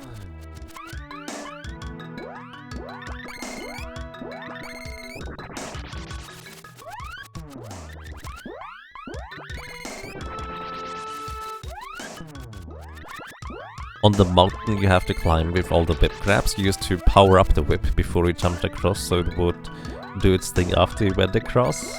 Nice, I like that. If you use the level 4 charge attack, I think, actually, was it 4 or 6? One of the charge attacks with the whips just attacks in all 4 directions once. And if you were facing a different direction, you could actually jump into a different direction if you were standing in the rope pull places and just facing a different way. Kinda funny. Nowadays I know, well, significantly different ways of using that, but still kind of fun. What elements are maxed? So currently we have maxed on the sprite, Undine, Gnome, Salamander and Shade, and on the lady we have Luna and Dryad. So the lady actually needs a bit more still here.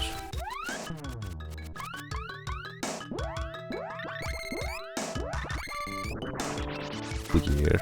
Yeah, basically the whip jump does not know in which direction it should jump inherently. All the whip jump cares about is that you have a whip in hand and you have gathered the party on the gathering spot. It doesn't even care which whip pole you hit, you can hit the one right next to you instead of the one across the gap. So effectively, if you pygmy your character, with the whip in hand, you can just hit the rope pole right next to you, and effectively just jump completely the wrong way. And I hope you saved before, because you might be stuck.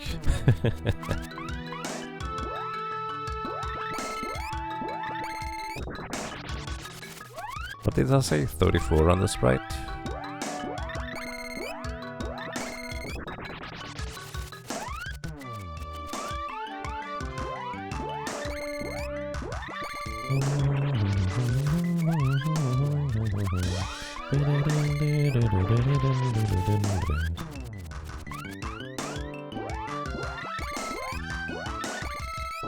Yep. You can get easily stuck in this game by accident. But also, if you try intentionally some things that you know work, you might get stuck in different places that you may either have to use a magic rope in a dungeon or maybe Flammy in order to get anywhere else.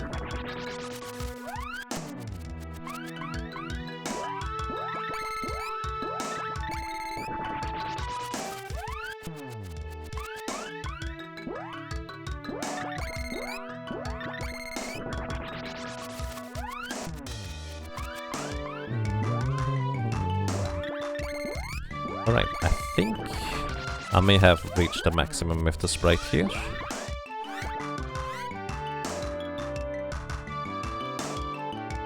Yep, sprite is maxed out on Dryad. I'm actually just gonna finish up Sylphid here as well. And then it's literally just Luna remaining.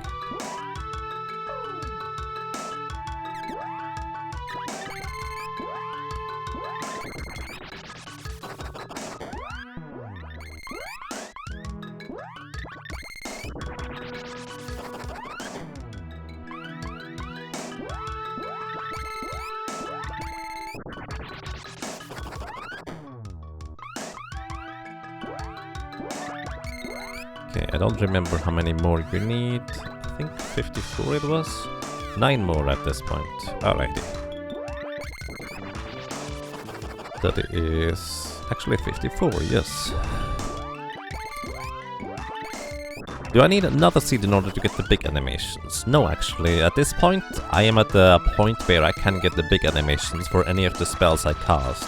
It's just on the spells that I'm currently casting, it's not as obvious, but it is freezing my screen and I can't do any inputs whenever one of the big animations happens. Like, this is literally the big animation for Analyzer. It just doesn't really do anything special or large or anything like that. It's just kind of there, I guess.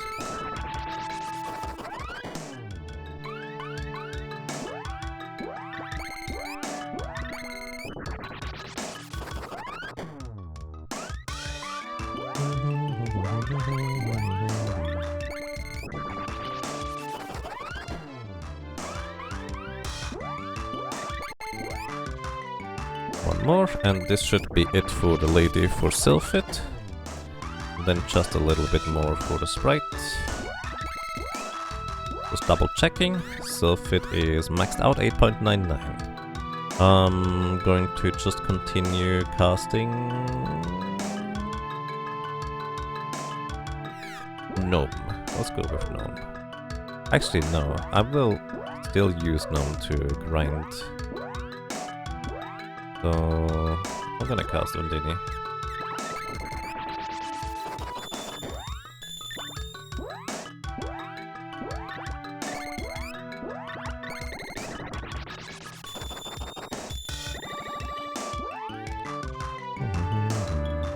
What's my favorite big animation? This one. Hello! Just a goofy face.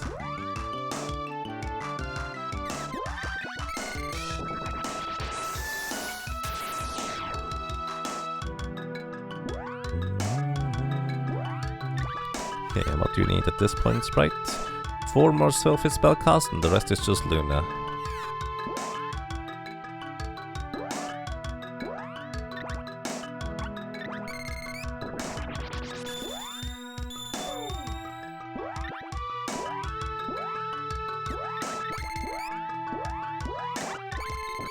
For you it was Dark Force. Dark Force is really neat as well.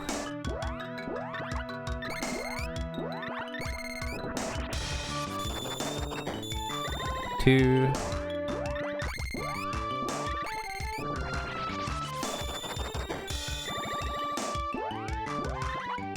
Three.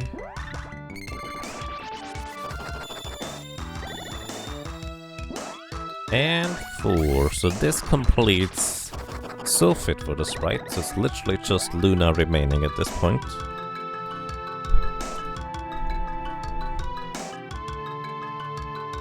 And the lady actually needs a lot more remedy spellcast still. I'm just going to max out Undini. And I guess I'm just gonna cast Luna. Yeah, that's the plan. No, don't Undini yourself, lady. Ah. I don't want you to be not pygmy.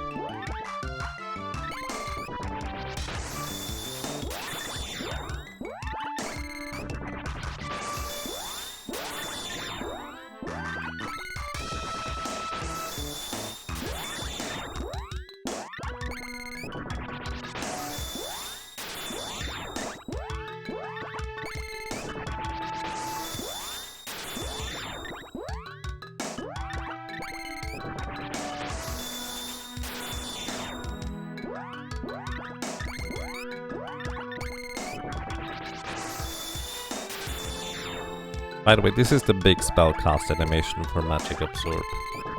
Doesn't do anything against the enemy that doesn't have any MP to begin with anymore. But that's just how it looks, I guess.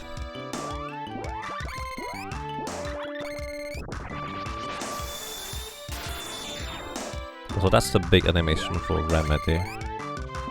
Largely doesn't do anything.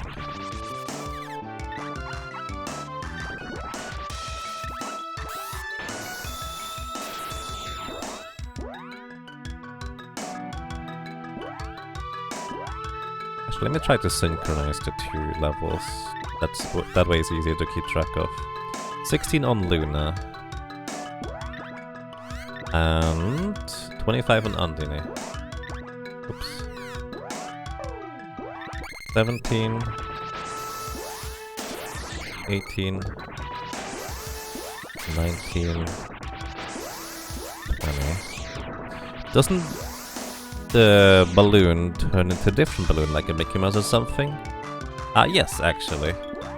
The balloon turns actually into a mogul, which is something I didn't know for a while. What am I missing? Or what magic am I missing? I'm missing Luna on the sprite, and I'm missing Salamander, Lumina, Gnome, and Undine on the lady still. So the lady still has quite a ways to go, actually.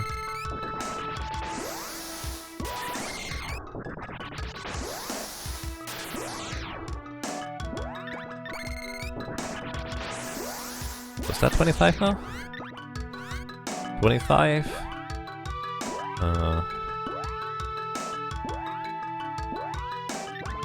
And 25, alright. Now we just cast 74 time on both the lady and the sprite. And we're done. We actually need more MP, the lady here. 90 minus 74 is what?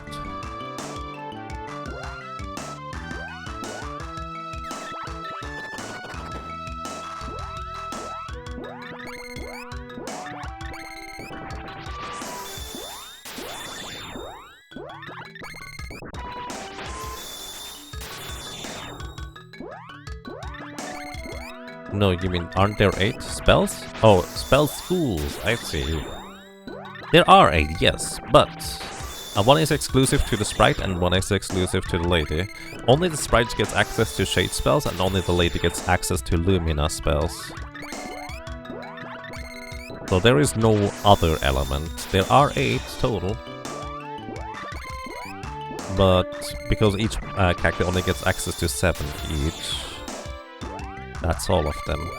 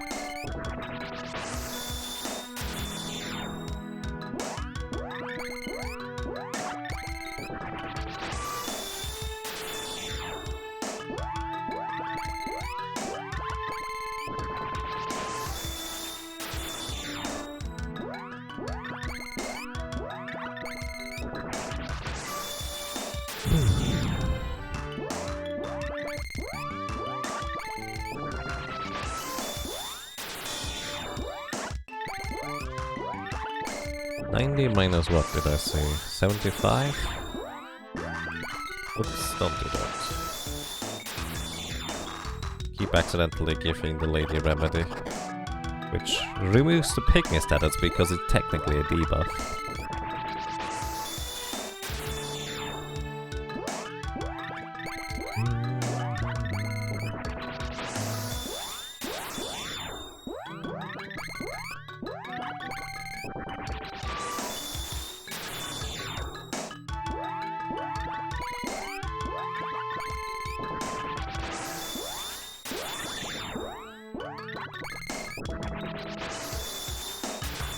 I think 14, that's the number that the sprite will end up on MP. Actually, not sure. Does the lady even have enough MP? There's 50 remaining.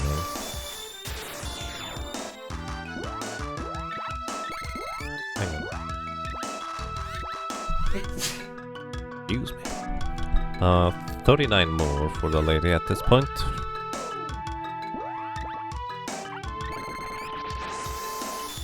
Okay, the lady will have 10 MP remaining in the end. That is easier to keep track of. That is when we're gonna be done with these spells here.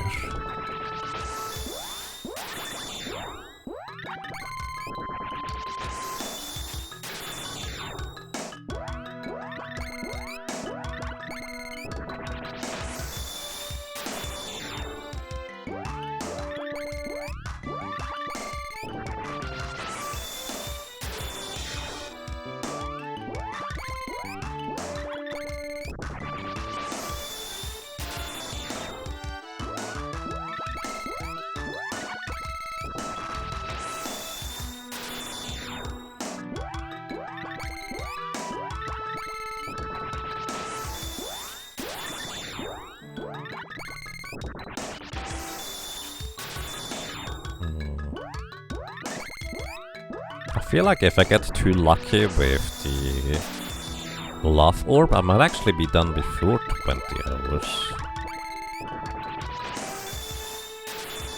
I didn't expect that at all. But I suppose we are kind of optimizing both magic leveling as well as weapon leveling more than before. Probably anyways. I'm not really keeping track of how... I don't really exactly remember how we did that last time. 25 more spell casts to max out these two spell sections here. Which, by the way, completes the sprite's spell casting arsenal all the way up to 8.99. And good morning to you, XF. Don't forget to stay hydrated and stand up and move around from time to time. Indeed. I appreciate the reminder and good morning. Welcome.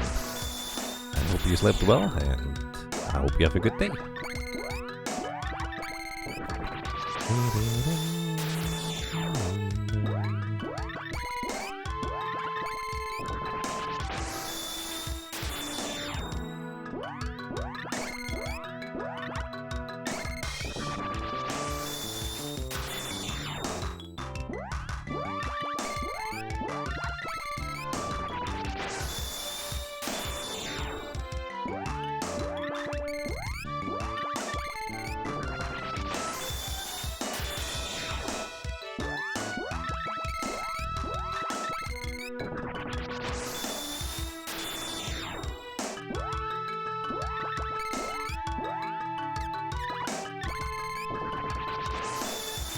You didn't sleep well, enjoying a cup of coffee. Nice.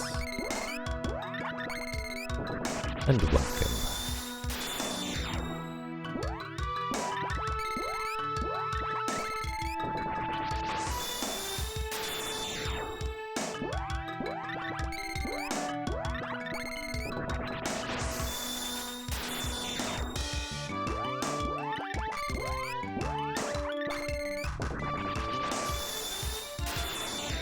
At this point we're getting the fancy animation almost every time, at least either from the lady or from the sprite. It's kind of rare that we don't have to wait until the animations resolve.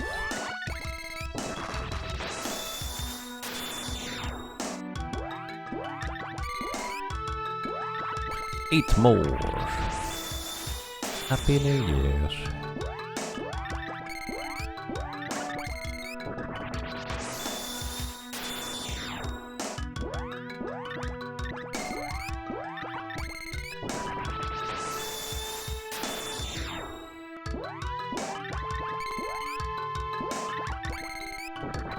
5.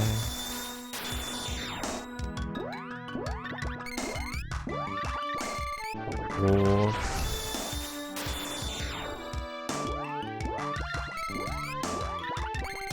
3. 2.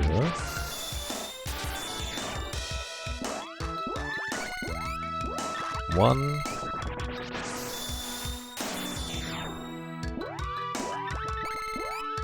And as long as I counted correctly, we should now be done with the entire spell school of the sprite. And indeed we are. Just double checking everything. Luna has been completed, which means this magic is done. Oh wait, wrong one. This magic is done. And on the other end, the lady now also has completed Undine. Just Gnome, Salamander, and Lumina remain. Lumina is going to be its own project, so is Salamander. Gnome I'm still going to use during the search for the weapon. But before that, I think I'm going to go ahead and take Xdev's advice. I'm going to take another short break. We're also going to go save, make sure that, well, the progress is saved. Recover MP. And let's see, what's the next project? Probably just go straight for the final weapon orb, huh? That sounds like a reasonable suggestion.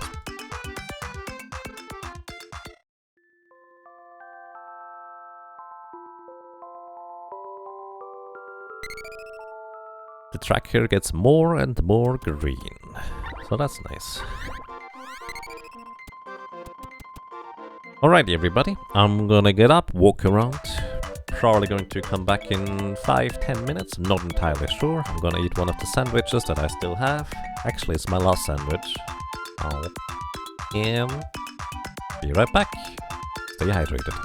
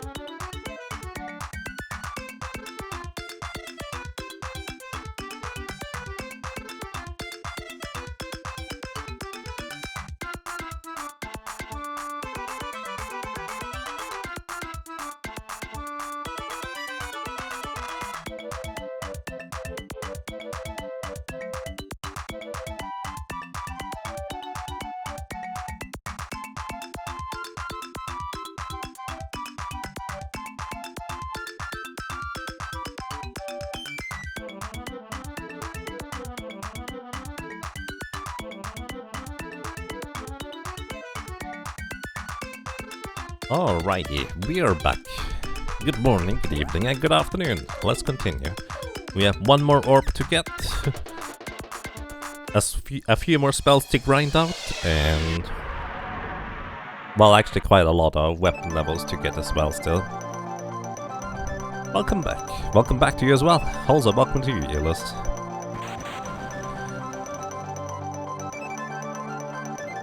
And also welcome to anybody who might have joined us again, or for the first time. I hope you have a most pleasant day. Good morning, good evening, and good afternoon. I hope you're having a good time.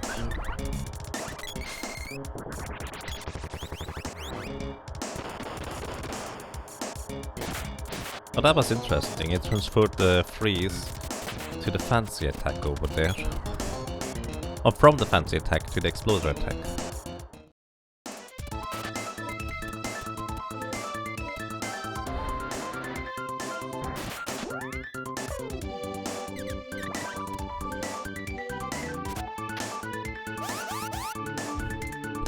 You definitely slept in between? That's fair. That's what I would recommend as well.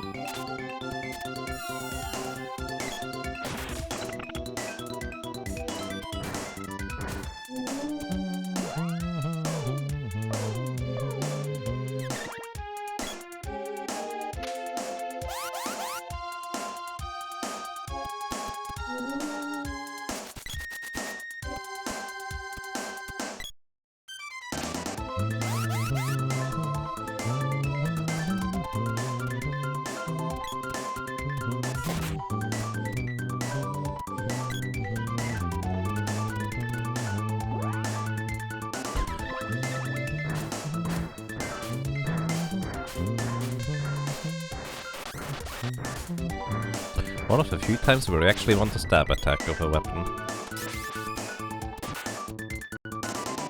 Right. Muscle memory wanted me to step on that switch there.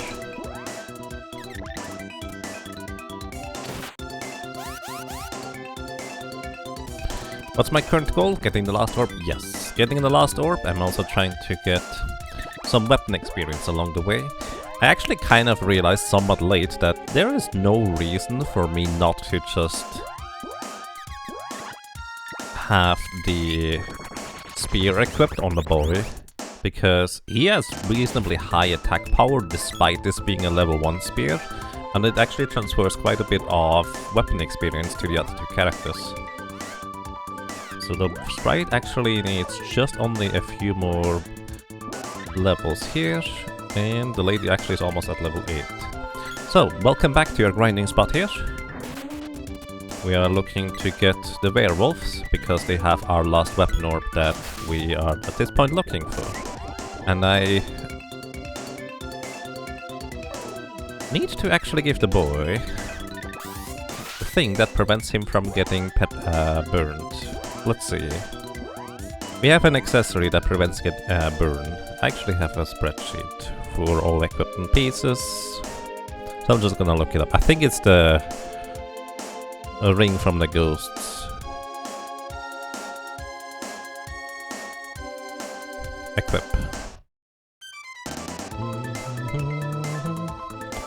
Imp's ring protects against freeze and burning.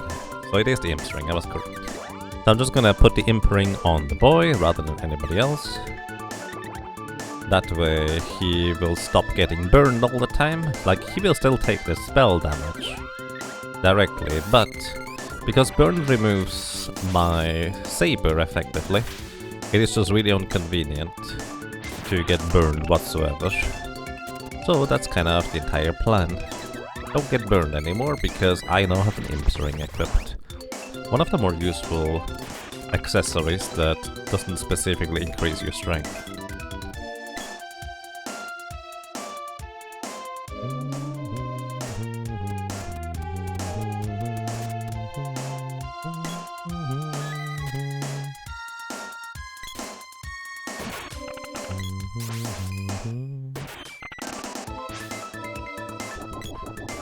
Good thing I have the Imp's ring equipped. You can't burn me anymore. Ah. By the way, there's an occasional werewolf spawn up here as well, but I don't usually bother going up there.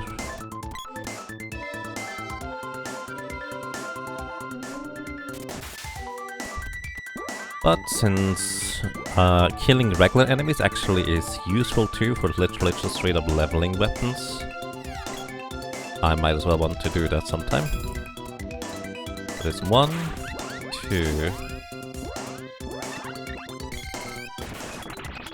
I need 5 enemies total, so 3 more. And the sprite should be maxed out on the Doom X. 1 more.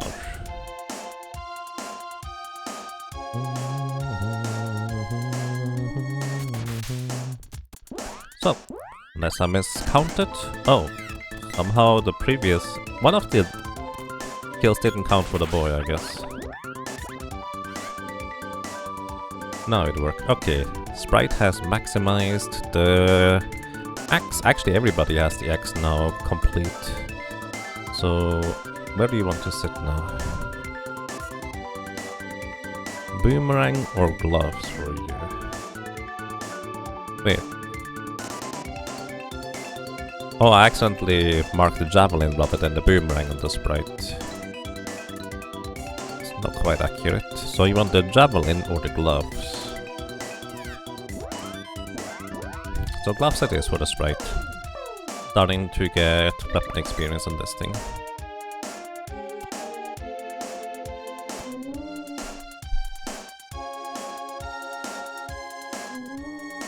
Bim bim bim bim bim. Bum bum bum. Ding ding ding ding ding ding ding.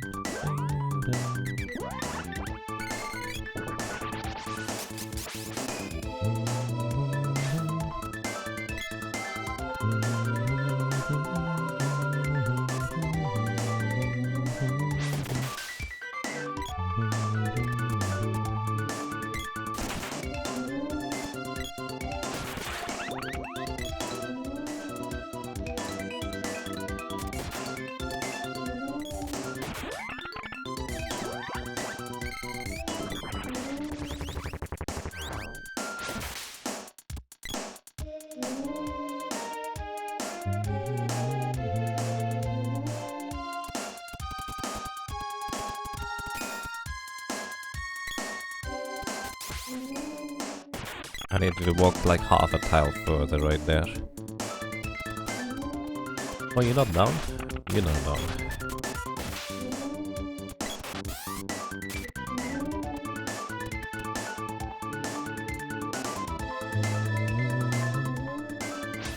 You want to start the Mana remake series? Is there a starting game you would recommend? Remake series? I've only played 2 of them. I don't actually know the remake for Final Fantasy Adventure.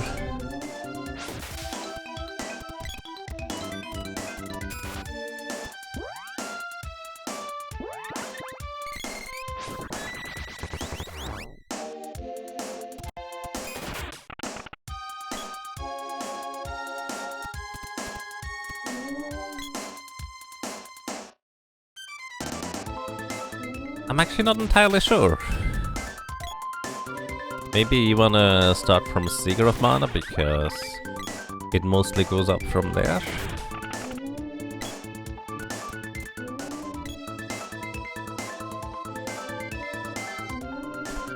Actually, my first instinct would be to tell you, look at the gameplay and just start playing which one intrigues you the most initially. There is not really any good or bad place to start, I would say.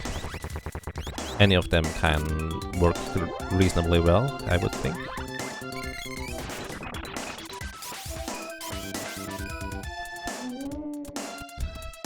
Each time you see the XXX was petrified, the lurks for I will survive countermimed. Yeah. No. Every time.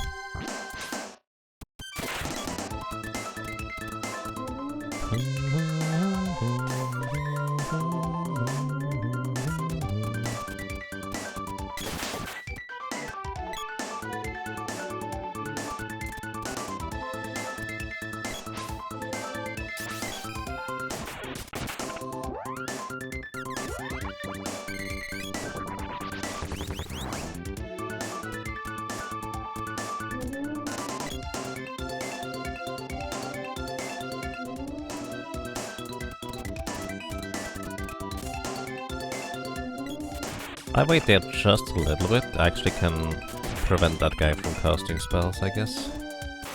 Off-screen shenanigans. So, I should check how much experience the lady needs at this point on the javelin.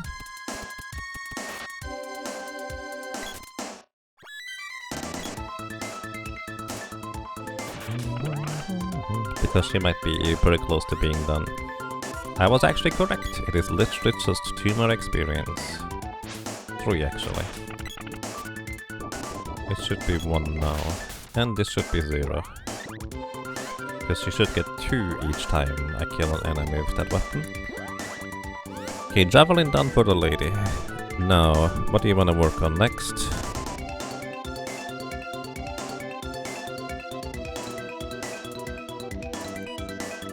So she still needs...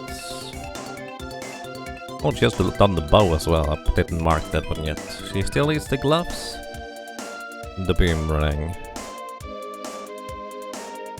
Well, actually, you only really have the choice of the boomerang right now anyways. Because the glove is currently occupied.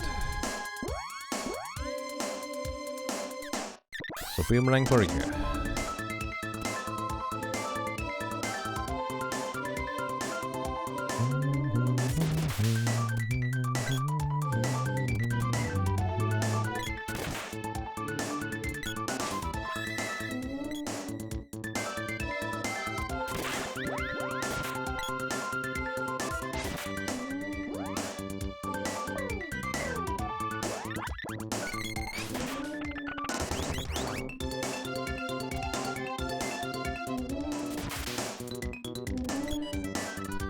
Let's see.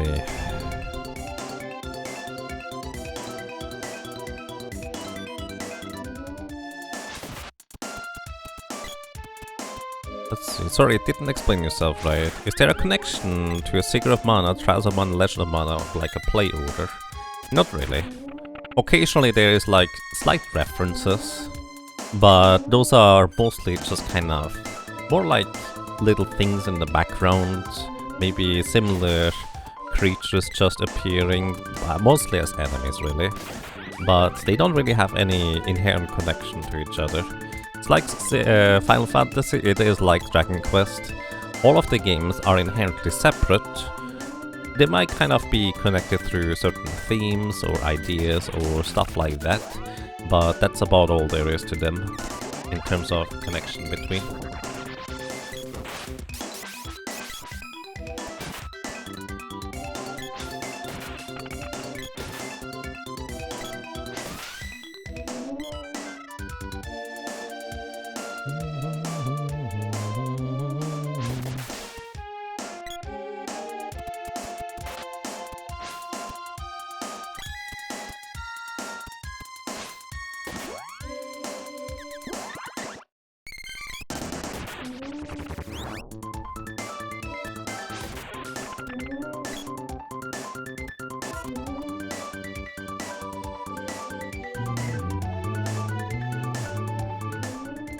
In your headcanon, Trials of Mana is a prequel to Seeker of Mana.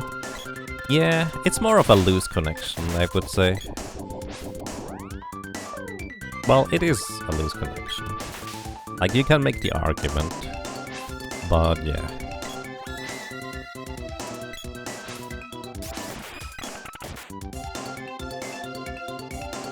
No particular starting point, so you can just hop into any of them that just seem appealing to you.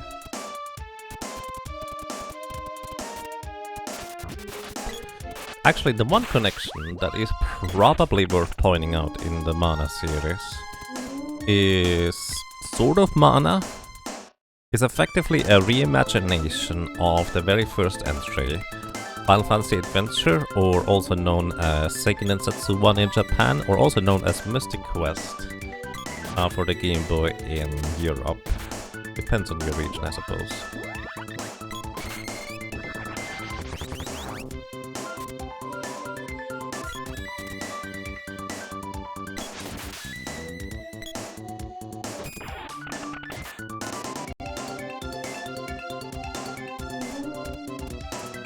So Sword of Mana, you will find a lot of similar elements to the other games, but again, there's no real reason to play one before the other realistically.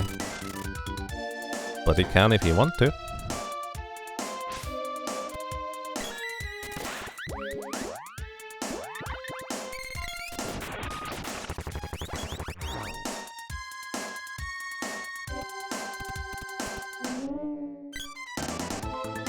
Oh yeah, actually, that's an interesting point. It's a bit like Zelda games.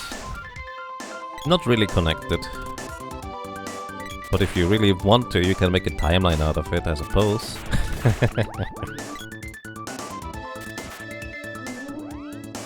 Honestly, it can be a lot of fun to just kind of speculate about timelines and connections and stuff like that between various games.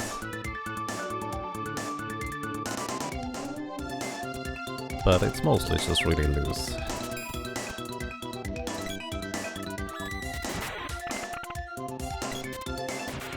Oh, another chest. Maybe this could be the last one I'm opening. Probably not. Nope. Fairy ring. Won't fit.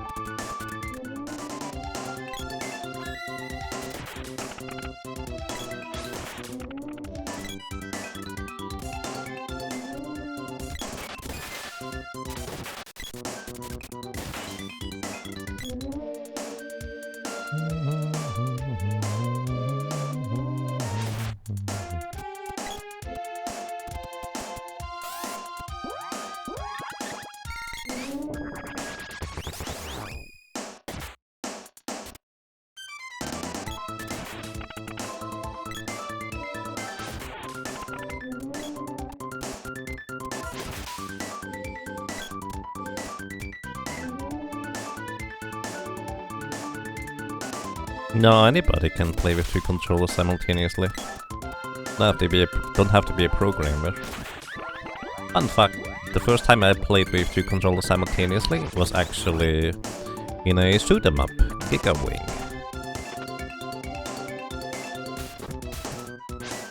Okay, chest number 2 was nothing. Because it actually was easier to play that game with 2 characters rather than 1.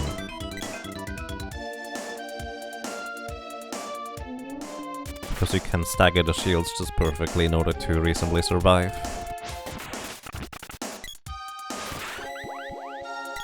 Kinda felt like cheating actually.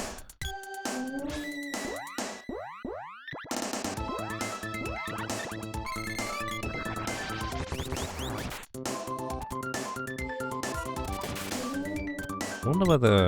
are they gonna spawn? No.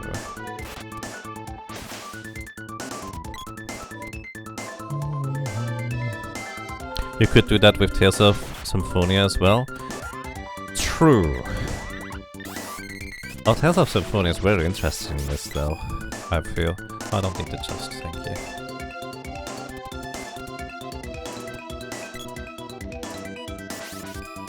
Now I kinda wanna play Tales of Symphonia co-op. I wanna play Tales of Symphonia again. Oh. Then again, one of the interesting things I found was I was very intrigued by the story of Tales of Symphonia. in the end, but simultaneously not as much as I used to be. And the gameplay just turns out not necessarily my cup of tea. Still really like the game. Another fairy ring. Ring, ring, ring, ring, ring.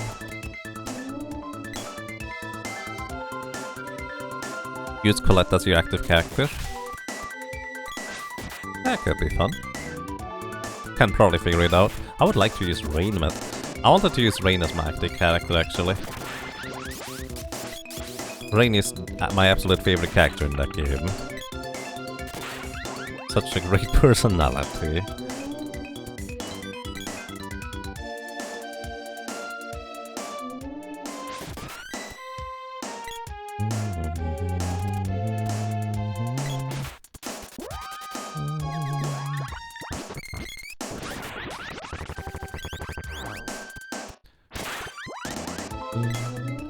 You played through Legend of Mana for the first time a few months ago, wasn't for you?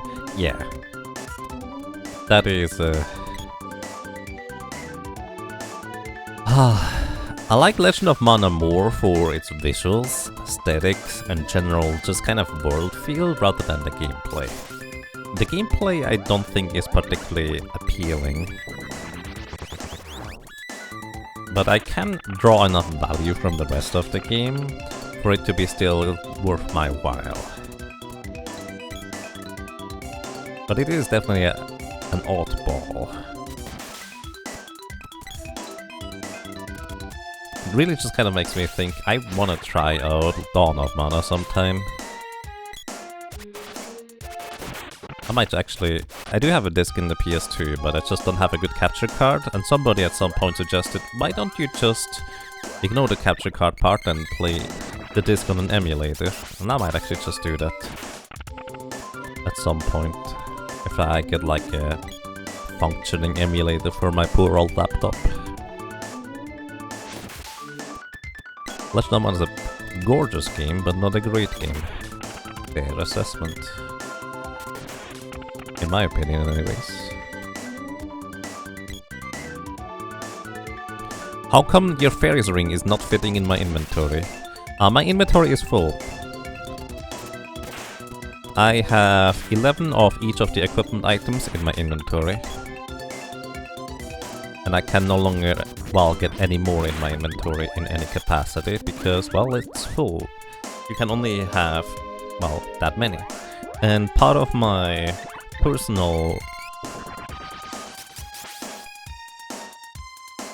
definition for Secret of Mana 100% is get unique equipment pieces of filling out your equipment inventory from the highest defense value to the lowest one. Just one piece each.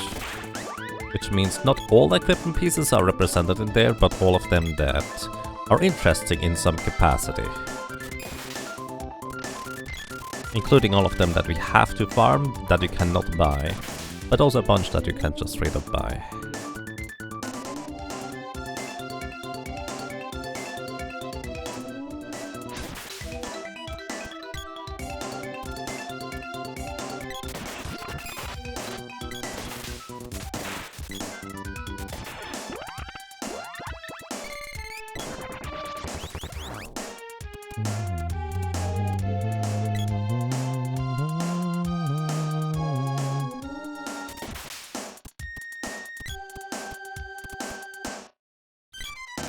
Beyond the Beyond. You want to play it, but you don't like it much, mostly the puzzles early on.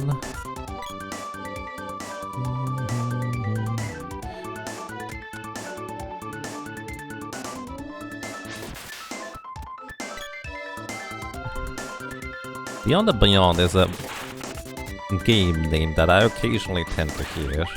I actually don't know anything about it.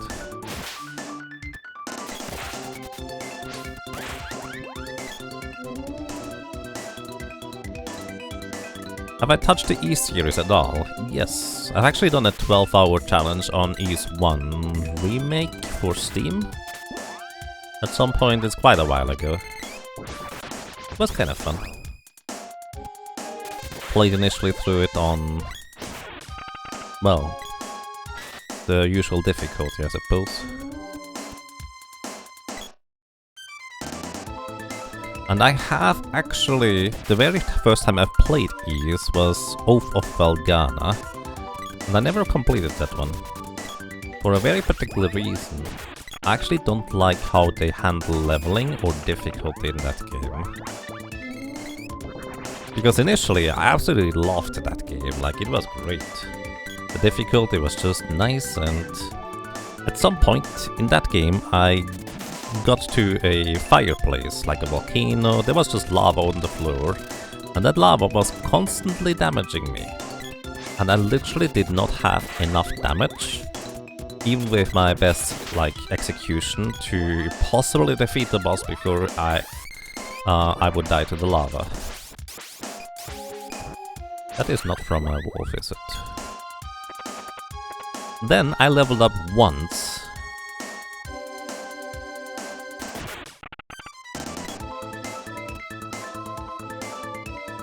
And the boss was suddenly easy. Oh, that was actually a werewolf chest. You get a fairy string there. Because I basically tried to beat the boss at the level I was at the time for so long. The boss was suddenly easy, and that's kind of when I realized, well, I guess I'm just supposed to level up to a certain point. Why include levels to begin with? That's kind of my main thing with that game, if you will.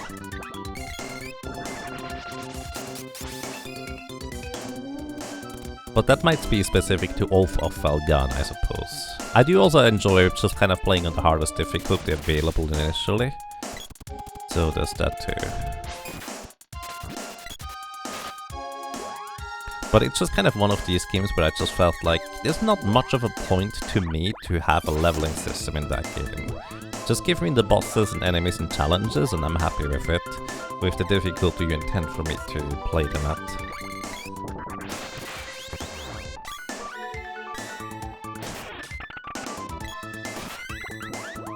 Including Ys 1, if you're not max level you won't win. Yeah.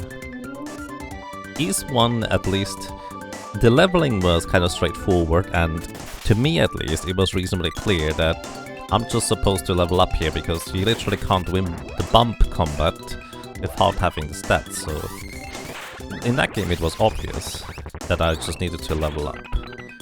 But in Oath of Valgana, in all previous bosses I could just play really well, and even though it took me literally 10 minutes to defeat the boss at a time, as long as I dodged well enough it was fine. But yeah, it played really well though, like the gameplay feel was really good. It's just that the meta design, if you will, that it kind of wasn't for me.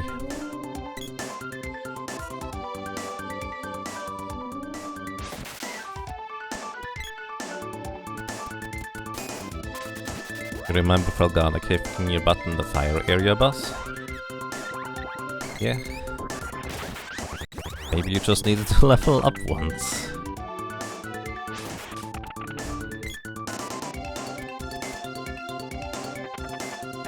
Who knows? Nope, can't move.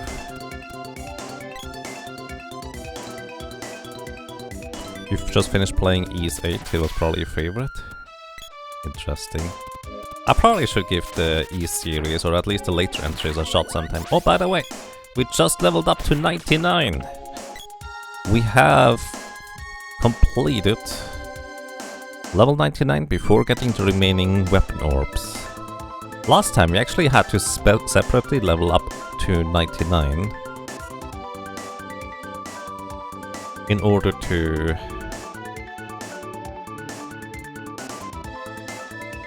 well, do that, so to speak. But this time we actually still are looking for a weapon orb before we are leveling up to 99.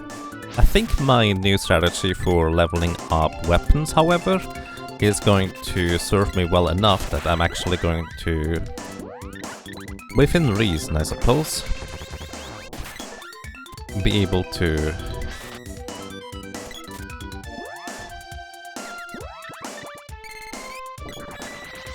keep up with my previous run in terms of time. That's fascinating. Ooh, chest.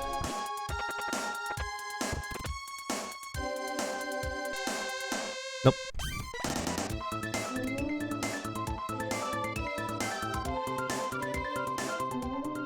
Remember, went to bed at the second orb and got up at the mana beast on the last 100% run. Yep, that sounds about right in terms of timings.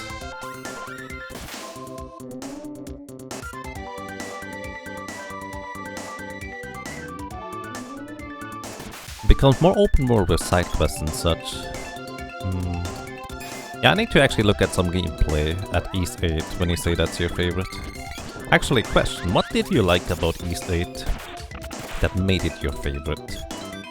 And I don't mind if you give me some hints and spoilers about things, because as I mentioned maybe a few times before, spoilers actually make me more likely to want to play a game, because I'm more intrigued by it rather than, oh, I did not want to know about it. Usually. There are occasionally things I'm just like, man, I wish I didn't know that. But I'm usually fine with it.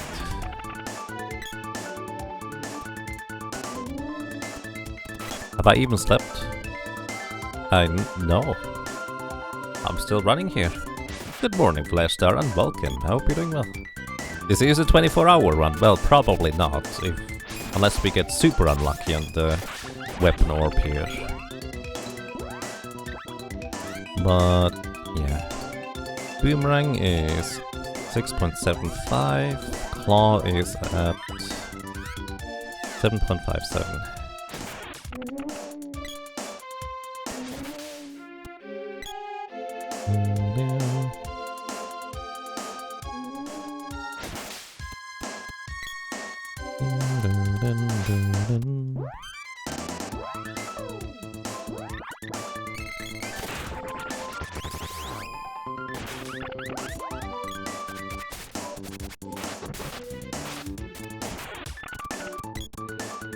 Ooh, chest. Stay.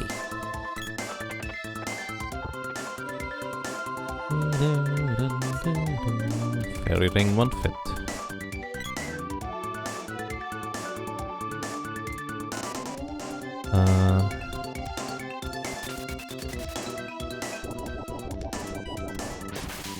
Trying to see whether there might have been an answer to my question, but that's fair. Not yet. So killing these enemies actually is leveling up my weapons reasonably efficiently, as long as the boy gets the last hit. Which he mostly will.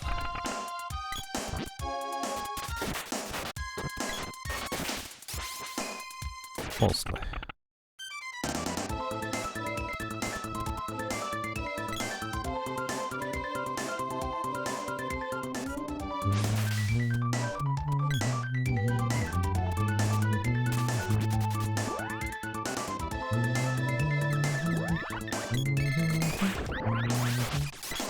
Like, normally I would absolutely want to avoid the shapeshifter to spawn in the center, but because this is effectively the same as me just one-shotting rabbits in Pandora Field, I don't mind them spawning here and actually knocking them out all over the place. This is quite fine. More weapon experience for me.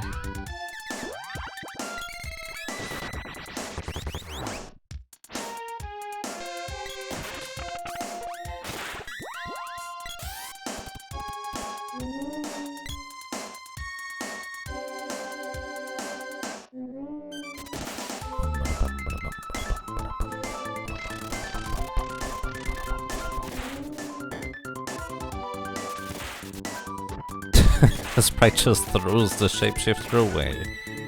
Into the trash you go or something. Oh no.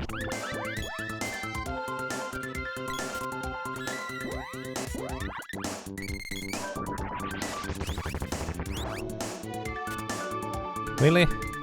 Come on, stop casting. You're down already, buddy. See, I just needed to look at you the wrong way, and you fell to pieces.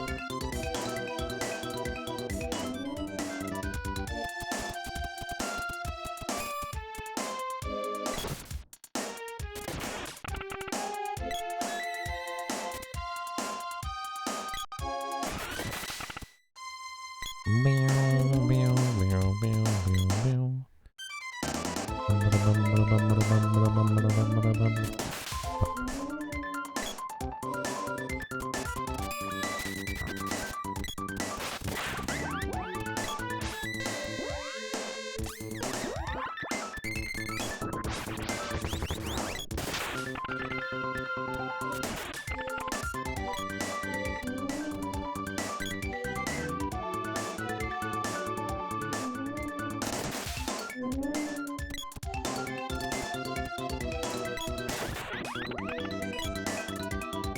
That actually works surprisingly well with that push of the shapeshifter dash.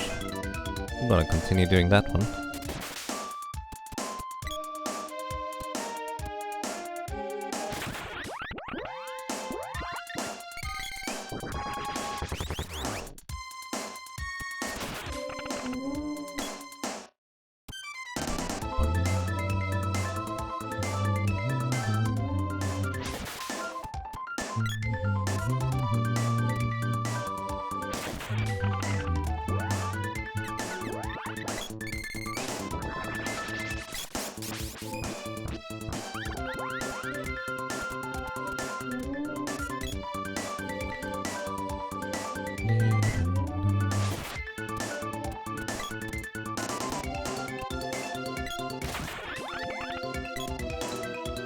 Oh, I guess I was over there too quickly.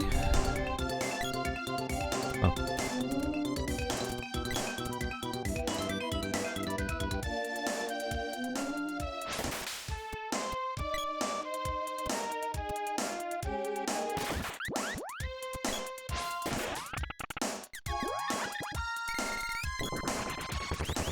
Ooh, chest.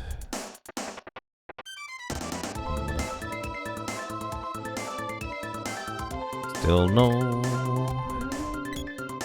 thingamajig. Who was closer to leveling up the weapon, the lady or the sprite? I do not remember.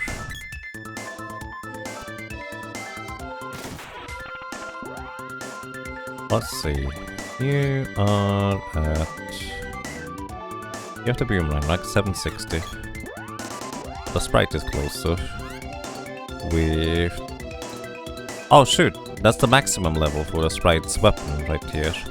I need to switch out your weapon. That was probably a bunch of lost experience for no good reason. Whoops. Big whoops. I forgot that I still... Like, I'm literally farming for the claw orb, so that's why I can't get the claw past 8.00 yet. And it didn't occur to me.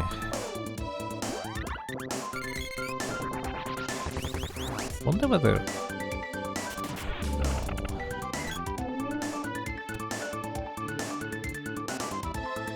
What is the point about leveling 8.9 at weapons to 8.99? Practically, there is no point.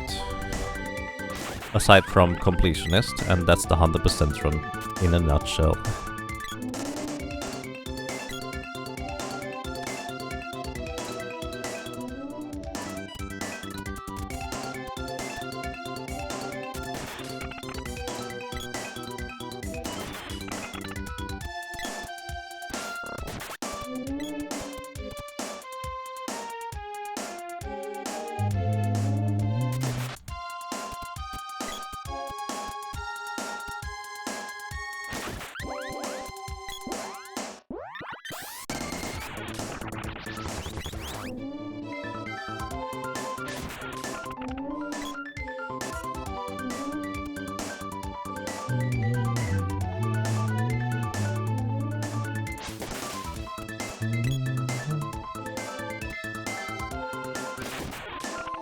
And welcome to you, Chrissy Caldy.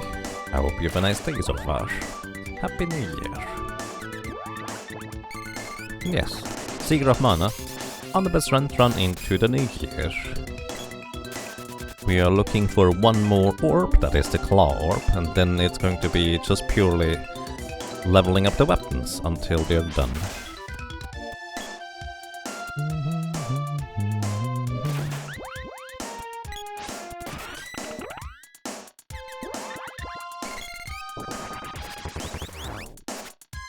Level 8.99 weapons on everybody. Worth noting, the sword cannot be leveled up to 8.99. The sword's maximum level is 8.00. Because in order to get it to 8.99, you would need to use a glitch to unlock the mana sword early. Which you can do. It's definitely a thing that I've done before. But this is a glitchless category, so I'm not doing that. Which also, by the way, greatly reduces the complexity at leveling up the weapons. So that's nice. Also chest. Not this one either. Oh, not the chest. Please. I would like to have a claw orb. That would be nice. Nope. No claw orbs for me.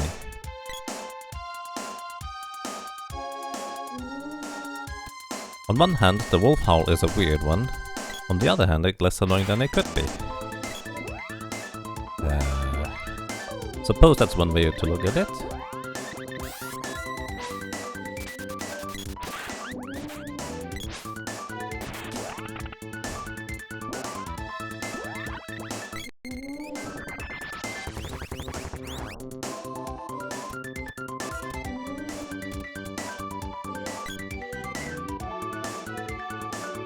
So many memories. Yep. For me as well.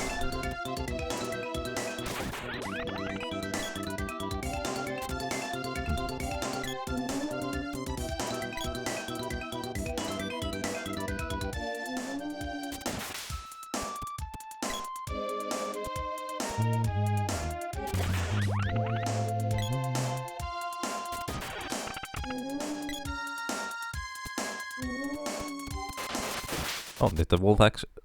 Oh, no, that's a shapeshifter.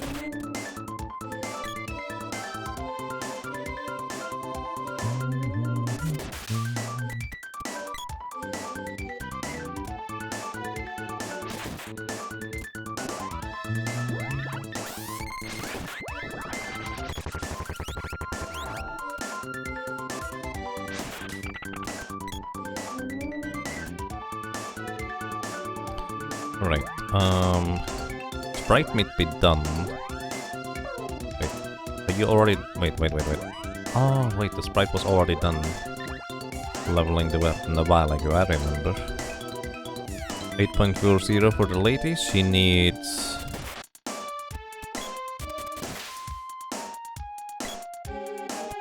Well... 30 more enemy kills. Well, it was 30, it's now 29. Specifically by the boy knocking out the enemies, in order to share the weapon experience. If anybody wants to keep track, be my guest. You rented this a lot and didn't beat the Mana Beast, but you also didn't realize it was the final boss. Interesting. So did you get to the Mana Beast then?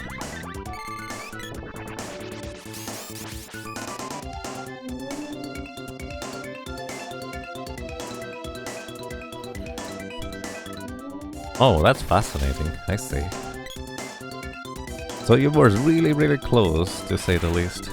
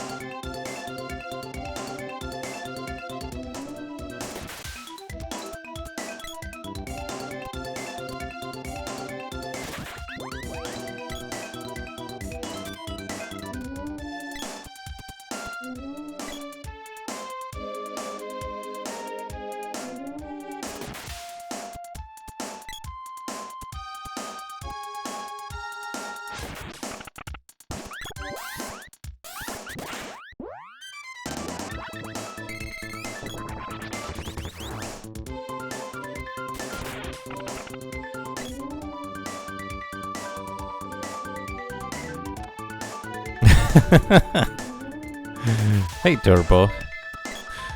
Welcome. You missed the start. Can I start over? On technicality I can. Practically, I'm sorry. I'm probably not going to anytime soon. Not a fairy ring. Because I don't want to stay awake quite for that long. Happy New Year and welcome. I hope you have a good start.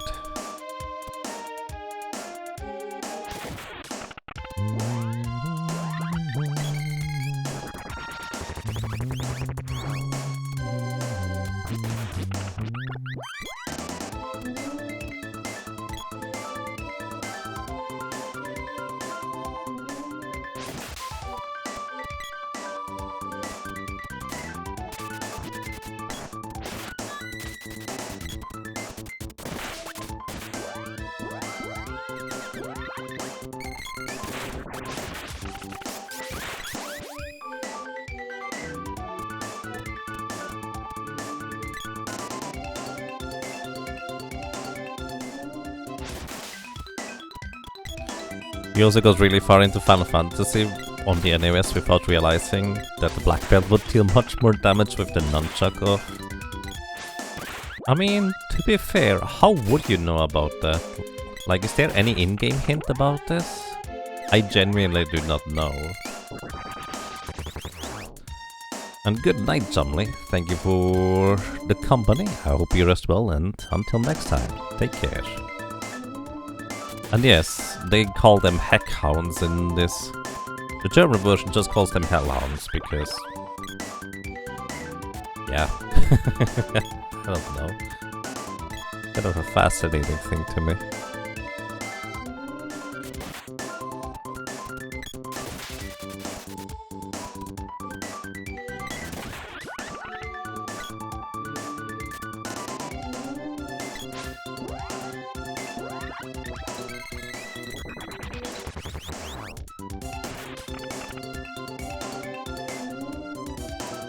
Okay, actually, thinking about it, the lady probably is done with leveling this boomerang. She is, alright. She literally only has the claw weapon available at this point to level. Everything else is done. Chrono Trigger next? Well, not anytime soon anyways. I like that game. But I've also still got quite a few other games to play through as well.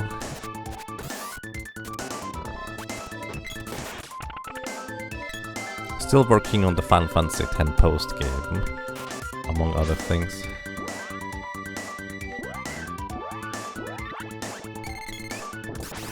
Chrono Trigger 100%? How do you even define that 100%? There is a 100% category for that game, isn't there?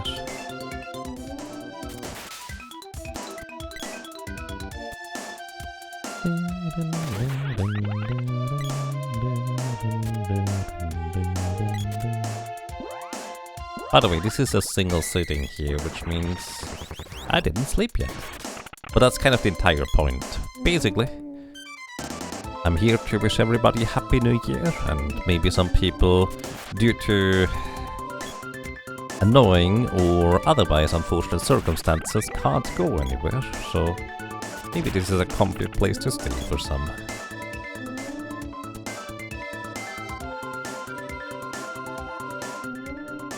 Chrono Trigger 100% glitchless run isn't bad, like 5.5 hours.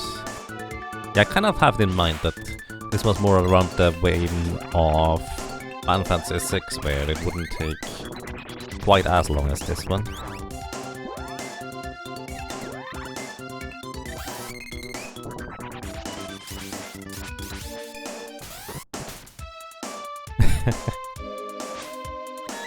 No, thank you for making it comfy around here. It's really nice. Oh, just!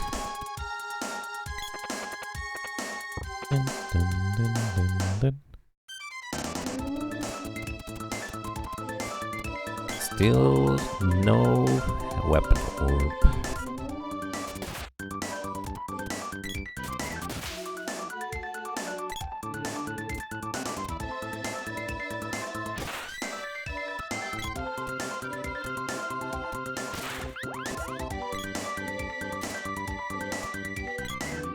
Actually, I need to check whether you dropped the chest. I was just gonna walk away. Okay, bow is level 6. Happy New Year to you as well, Wizrope, and welcome.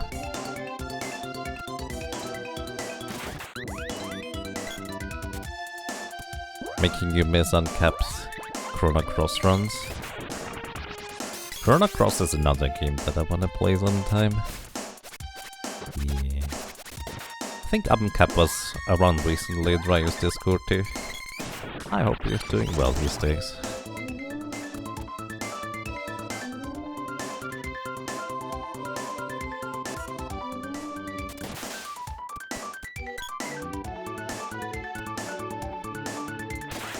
All cactus and all espers category.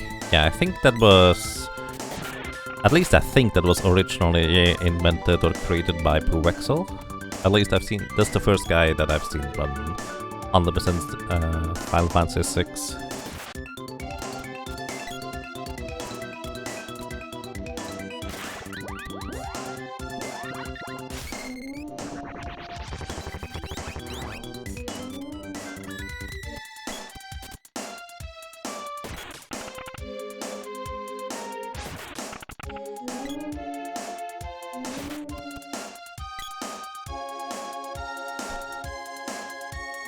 This year you're gonna play Breath of Fire 3. You heard it's a step up from the first two.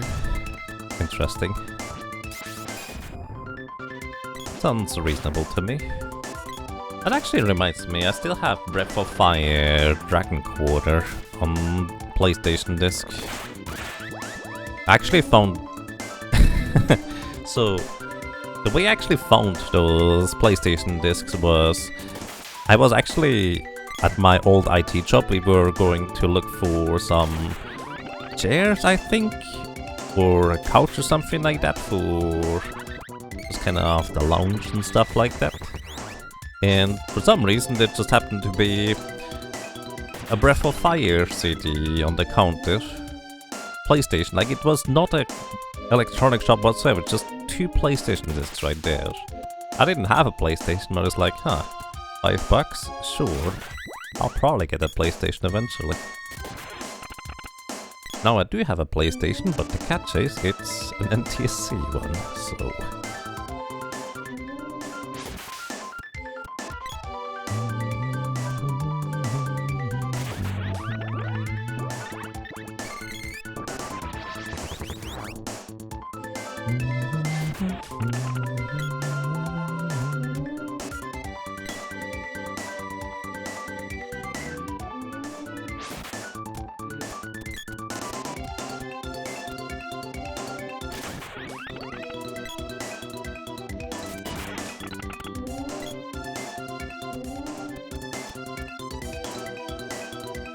Uh-oh.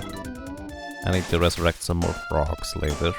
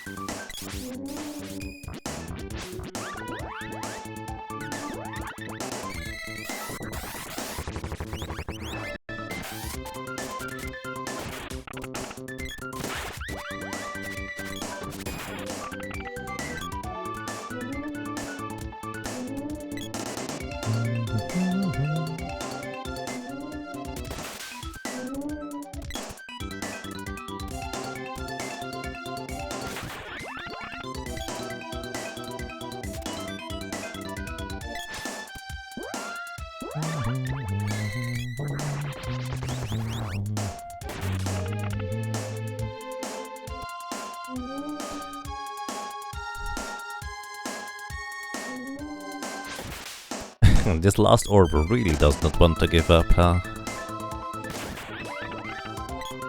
We haven't been straight farming for 3 hours for the orb, by the way. There was kind of a pretty lengthy leveling session for spells, as well as weapons in there too. Which is why they are much further ahead than the previous run as well at this point. but probably not far enough to make up for that kind of difference in terms of luck, if I were to guess. I don't know though. Not sure. Also, royal blue and... oh dear. Jade Ghoul. Figured out how to properly level up weapons. And I have to admit, I will probably just wing it, because I think that's easier on my mind at this point in the run. So, thank you for your work. I do appreciate it. But I might just wait for... well... when I'm awake again in order to actually look through this.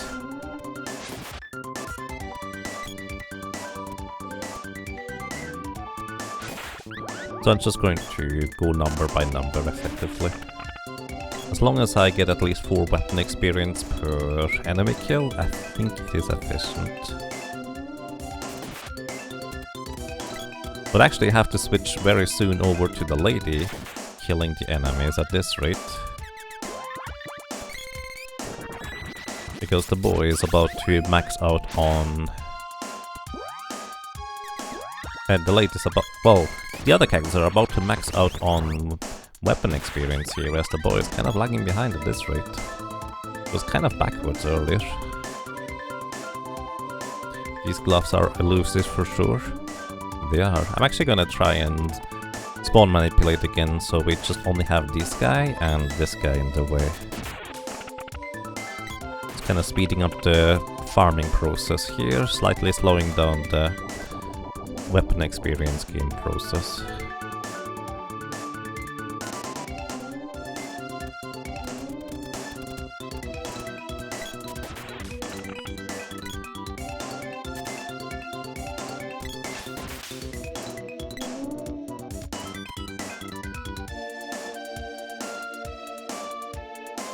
The cannon fire outside suggests that it is now your turn to wish everyone a Happy New Year.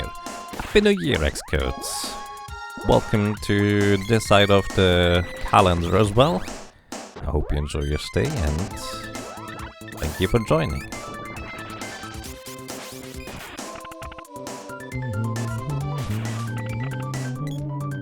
Oops. Just maybe now.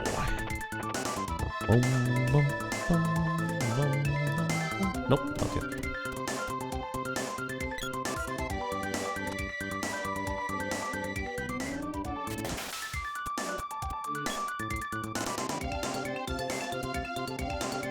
Did I say something?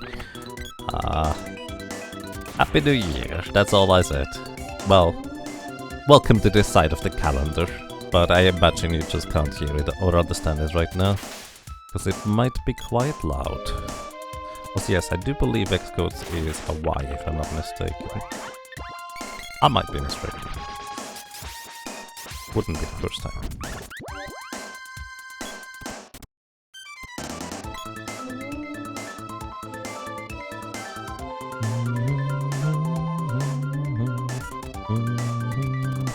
Did I miss a question about weapon experience?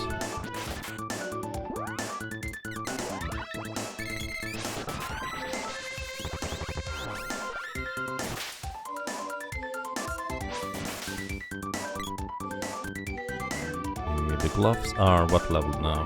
Gloves are actually maximum level 8. Okay, 6 is still fine. Actually, I didn't update her stuff yet, did I?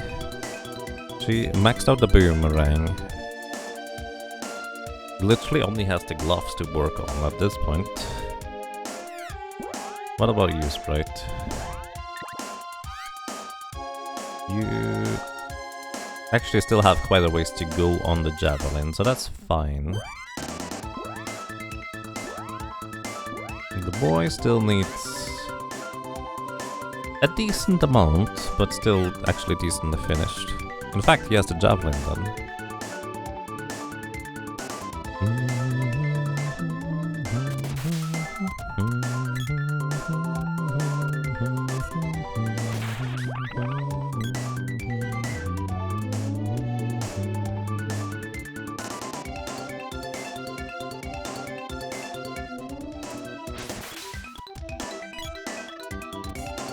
So, real quick, just kind of to give a, well, very quick overview.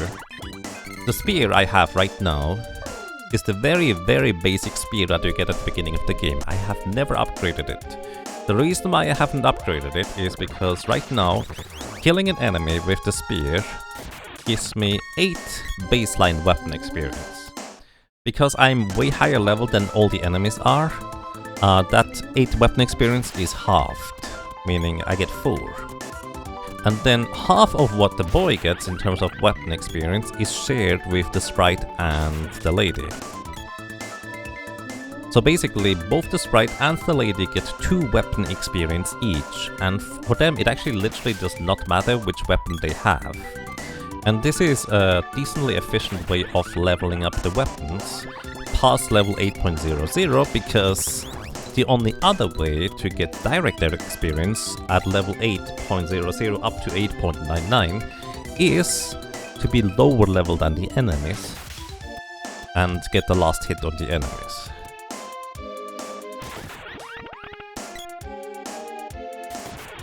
But because I'm already way above literally the highest level enemy in the game, I only ever get half the weapon experience. So I literally can't get past 8.00 on any weapon without sharing experience from a secondary weapon at this point anymore.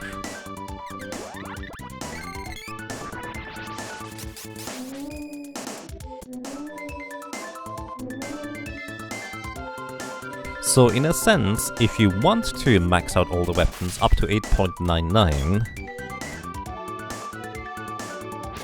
you actually need to either stay below the enemy's level and grind out the weapons early, which is very unlikely that you will be able to successfully do this, mainly because you're likely just be way above level 70, which is the highest level enemy in the game,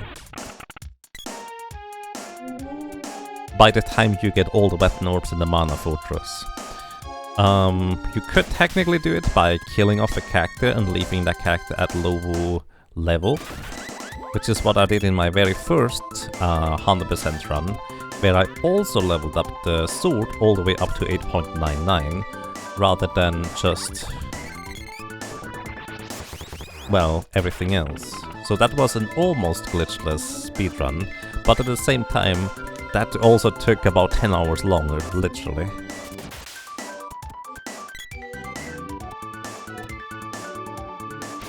And yes, in the glitched category, where you can get the sword up to 8.99, you effectively have to keep a character at a low level in order to effectively leverage the low level and level up all the weapons up to 8.99, which means you effectively have to farm all the orbs with just 2 characters.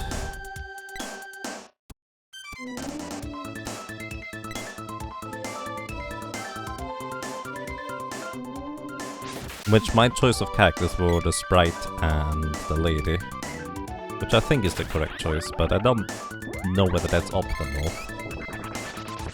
It was just kind of the route at the time I came up with. Oh, that's my last fairy walnut. We're actually literally running out of resources here to keep buffing up with the lady. That's unusual even. You don't even give me fairy walnuts.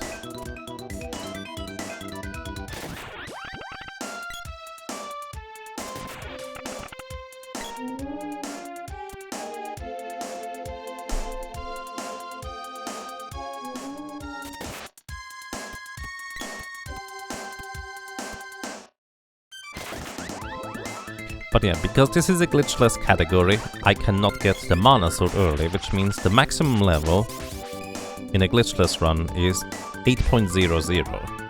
And because of that, I can actually use the sword, keep it at the lowest possible level, which is actually 2, in order to leverage the last remaining weapon, which in this case will be the spear on all the other characters, up to 8.99 as well.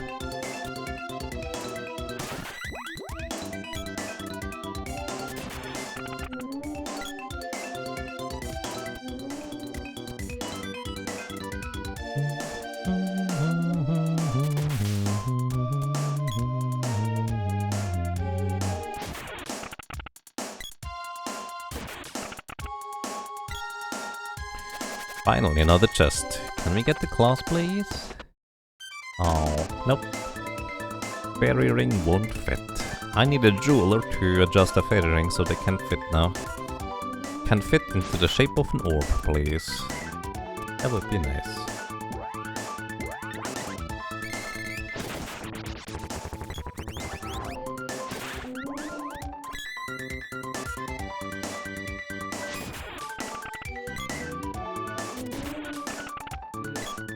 Oops, didn't check whether there's a chest.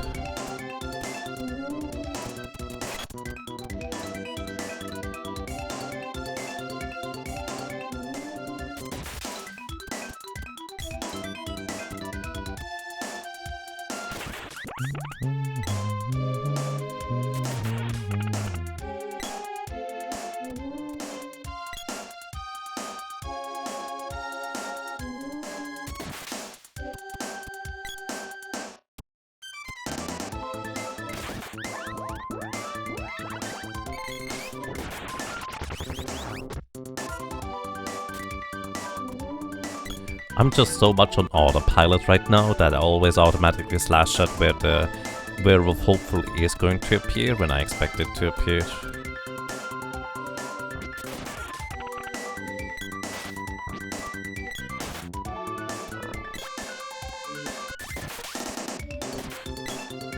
Alrighty, let's check the weapon levels real quick. The claw is almost at the maximum level here, because, well, we can't level it any higher than what it is. And the bow actually is 16.08, that is 8 enemy kills at this point.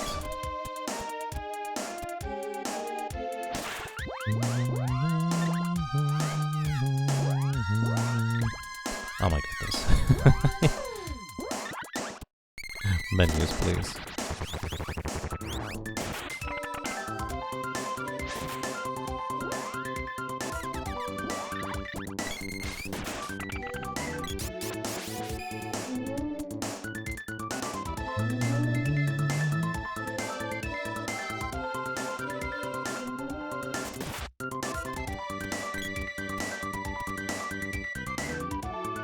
And yes, Philly, that is exactly correct. If you don't know about holding back your weapon upgrades, it's literally impossible with this system to get all the weapons up to 8.99. Which, functionally in the game, there is no reason to ever level up the weapons up to 8.99. It is literally just for style points. They don't do anything different aside from, compared to level 8.00 weapons. Which is different for spells. The closer you get to 8.99 with spells, the higher the chance of getting the fancy spell animation. Which also, generally speaking, does a bit more damage. But for weapons, there's on a technicality a difference, very specifically in relation to how the mana suit works, but practically it's not going to make a difference.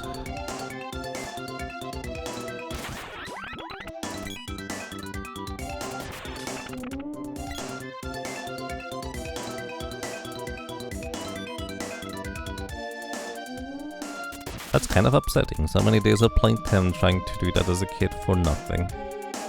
Yeah.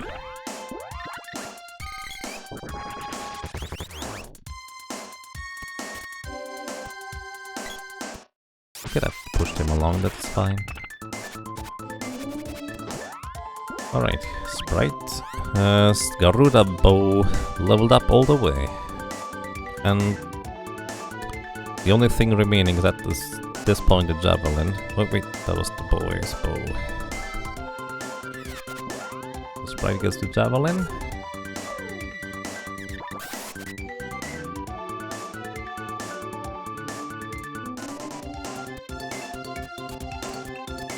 Cap the character level at 50. Glitchless speedruns don't go that high, I don't think. You get like 36, 37. Wait, that was one plate you can... I don't remember. Either way, you don't go that high.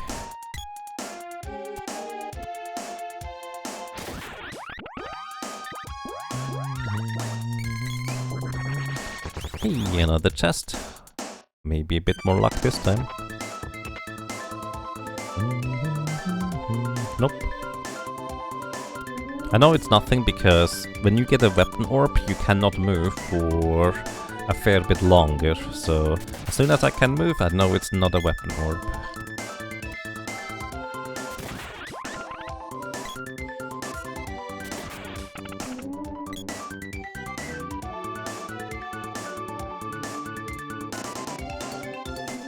Oh, capping the cactus at level 50 would be to get weapon experience. Oh, not for challenge. Fair. I guess I could see that.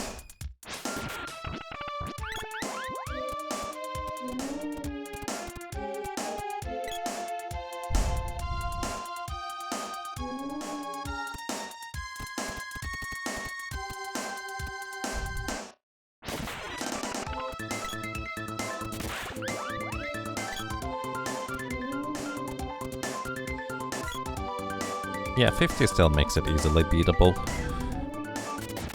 I would say.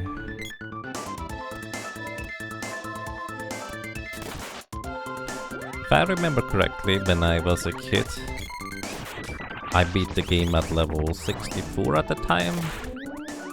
A little bit of practice, it would have been reasonably beatable before that.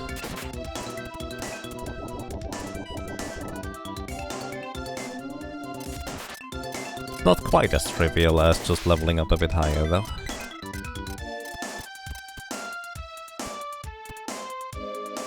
I don't wanna say it's easy, because I don't really have a perspective anymore on what is or isn't easy in this game.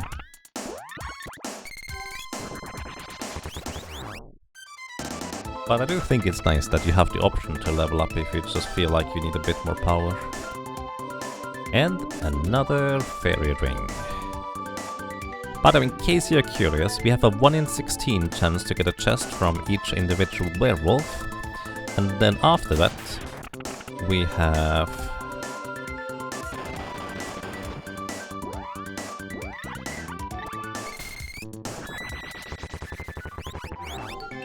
a 7 in 64 chance to get a rare drop. So basically it's just slightly above 10%.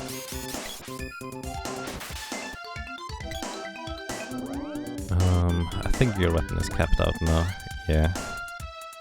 Alright, lady is as well complete with the weapons as is reasonably possible, so we're actually gonna gear over and give her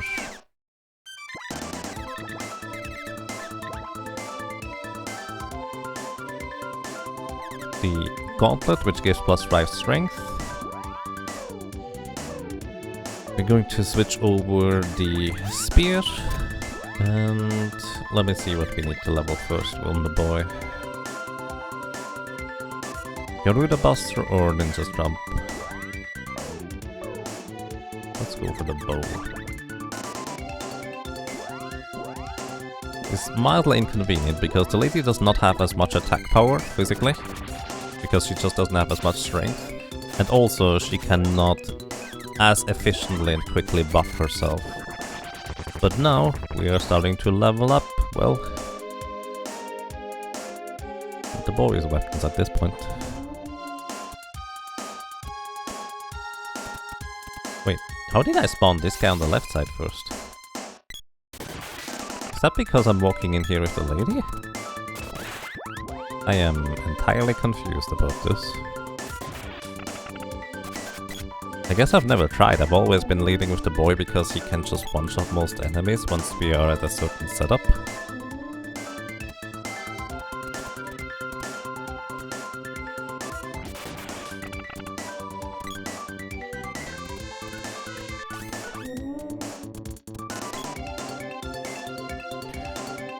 The lady has a lot more attack power than the sprite. She's basically just exactly in between the boy and the sprite. In terms of attack power, the sprite has significantly less. Casually, when I was a kid, I never really noticed. I just always charged up the weapons to full anyways, because it was fun. So all the characters did a lot of damage, even if I didn't really recognize how much each character did. But if I'm trying to optimize things here for trying to go fast, the nature of the beast is just that, well, not quite as efficient this way around.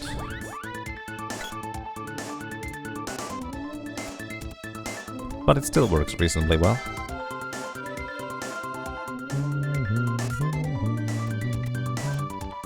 And again, that guy spawned on the left side there. That's interesting.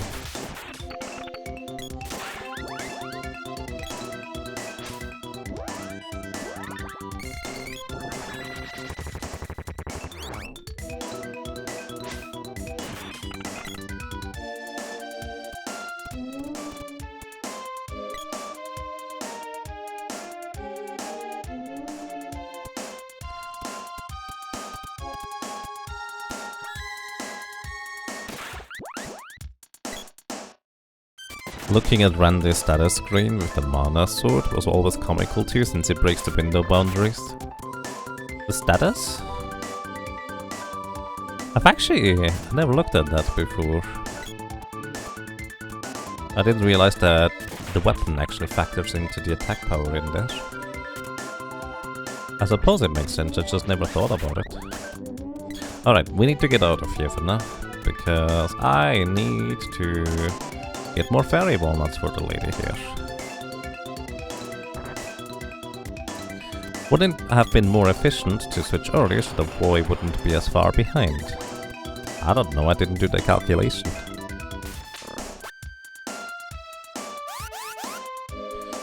I dare to say maybe, maybe not. It really depends. It always depends. It really always does.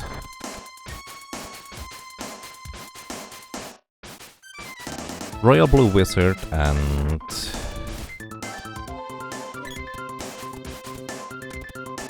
oh my goodness, the name escapes me. Some other awesome person actually tried to figure out a theoretically optimized way of leveling up weapons efficiently, but all that kind of gets thwarted by the concept of I'm just not getting the last weapon orb in order to actually level up things.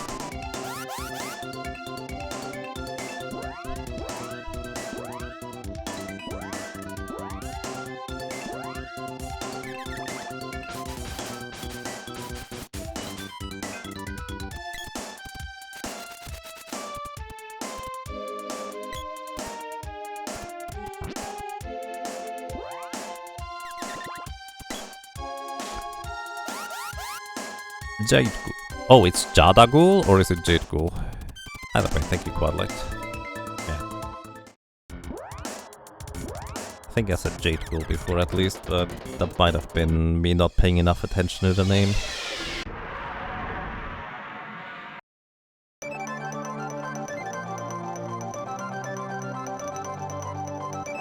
I mean, we did make some pretty significant progress in terms of weapon leveling, we just didn't get the final weapon orb yet.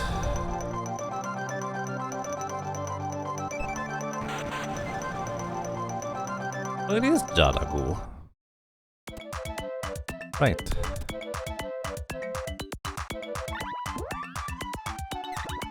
You trying to say Jada Ghoul? Okay, Jada Ghoul. I just... for some reason I just read Jade Ghoul.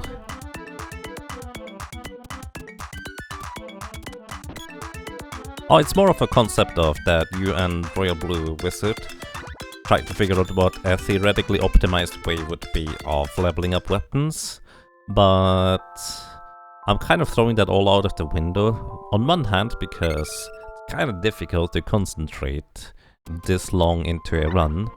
On one hand, and on the other hand, I'm kind of not getting the last weapon orb, so it's also somewhat difficult to continue there. I'm pretty sure you could have upgraded Spear a long time ago. Yeah, I'm just spooked that... no, you know what, I should do that right now, shouldn't I? Yeah, I think you're correct. Let me double check this real quick. Actually, no, it makes the most sense, right? How many combined weapon levels? Well, the thing is, if I upgrade the spear now, the problem is I still don't get the claw, so I would have to very slowly level it up via the broadsword later. Is that right? Hang on. I have two spears. Well, I have one spear 0 and two spear 1s, which spear 1 is 2 experience to level 1, 25, 50 experience.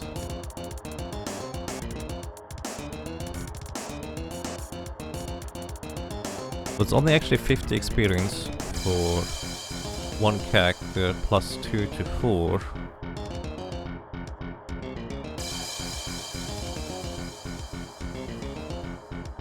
Oh no, 1 spear to 4, from 1 to 4 levels up a Dragon Claw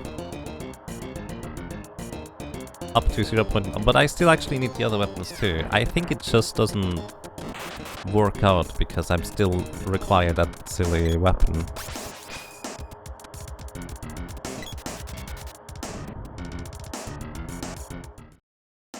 Leveling the spear from 0 to 8 produces 218 experience on each character.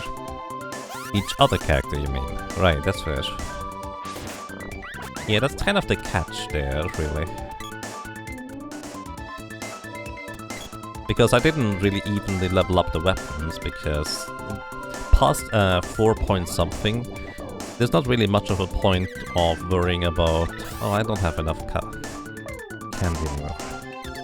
Past a certain level, there's not much of a point in worrying about how much, or, well, past which level we are going. Sure, technically, up to 8.00 I could still get weapon experience by killing the enemies myself, but if we are only accounting for shared experience via Spear 1, it just doesn't make a difference. Because Spear 1 is more efficient past any 4.0 weapon in order to share more experience with the other characters. Because you get 4 shared experience with a Spear 1.0, as long as the other 2 characters can still get full experience out of it.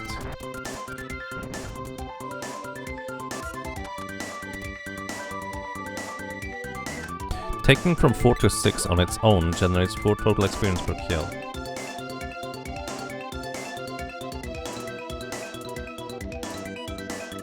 Wait. I thought that was from 2 to 4 was 1 experience, or 4 total experience.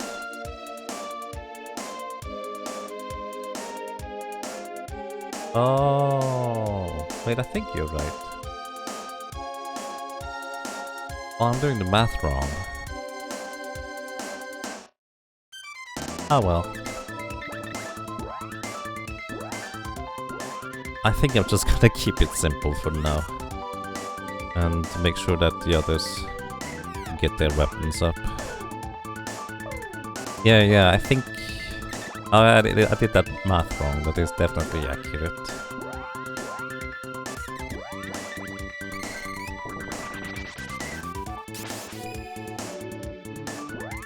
Right.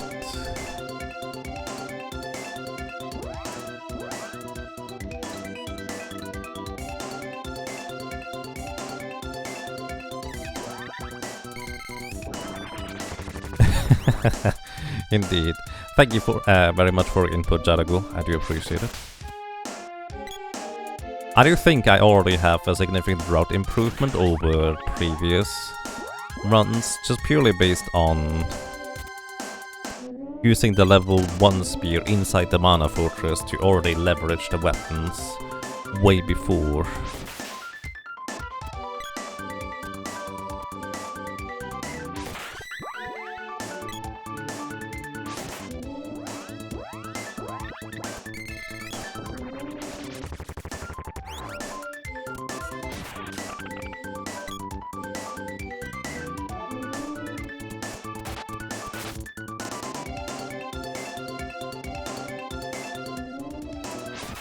Next time you can do this early and we'll be way closer to cap comfortably. Yeah, definitely. I just, for some reason, didn't recognize that it's something I could just do way earlier. Like, I think my main... Could you stop, please? This wolf is mean. My main thought process was just I was not gonna deal enough damage with a level 1 weapon, but because we are so high level and basically just fully equipped at this point, it barely makes much of a difference.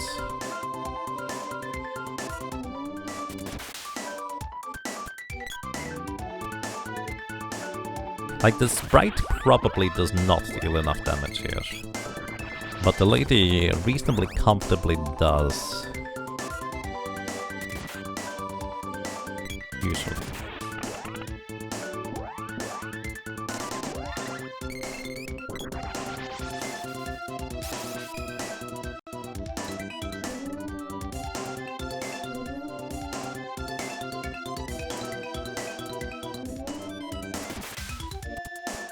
That was some high quality bullying.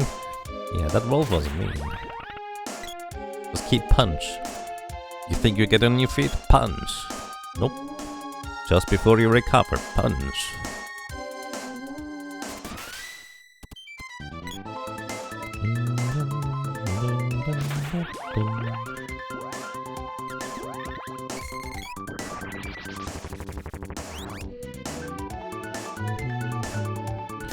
Roll is level 5.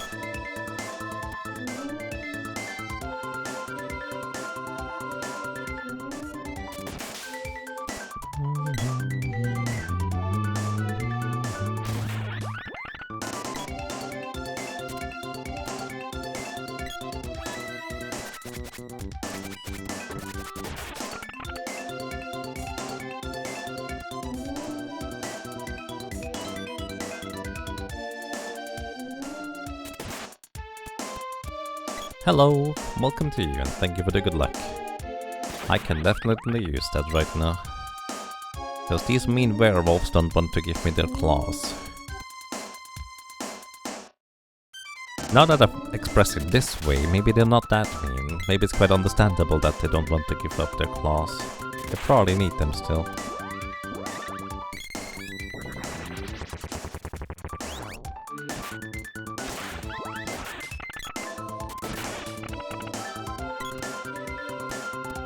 Hello, and welcome.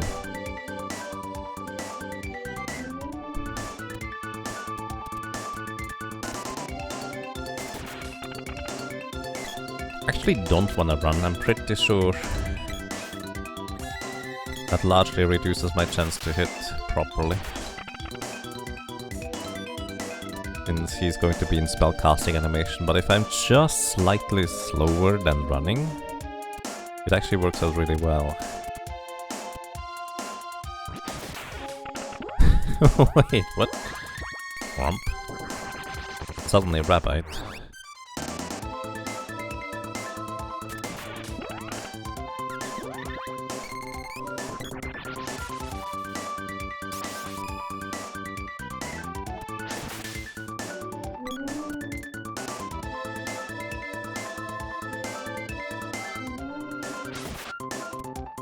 Is it normal for the orb to not appear for such a long time, or are you just unlucky right now? I think this is below average luck. It's not extreme yet though. But it kinda all balances out. Occasionally you get the rare drop really fast, occasionally it just takes a while. And in this run I've gotten actually pretty decent luck on a number of occasions. Just this last one is kind of a bit slow. It doesn't help that in this specific instance as well, it just takes me quite a long time to just reset the area and kill specifically these two wolves in order to try and get more weaponers. So basically there's less chance per minute for me to actually get what I'm looking for, if you will. Plus it's not even guaranteed that I'm going to get both werewolves here to spawn to begin with. So it's always kind of a big question mark right here. The Aura Glove always takes you the longest for some reason. Yeah, the wolves are a bit awkward to farm because of their location. Like, most other enemies are reasonably quick. And if they're not particularly quick, then at least you only need one glove. Because you need specifically 2 gloves from the werewolves. Well, the farming can just take you a while, I guess.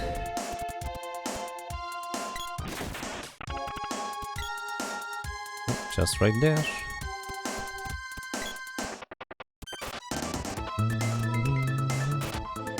Where is ring 1 fit?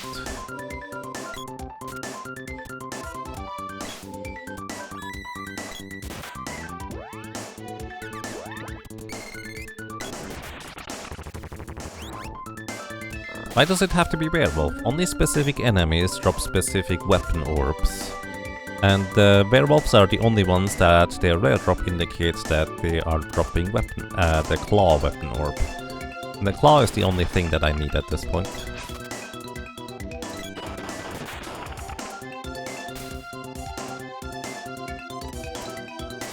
Oh, did I switch character?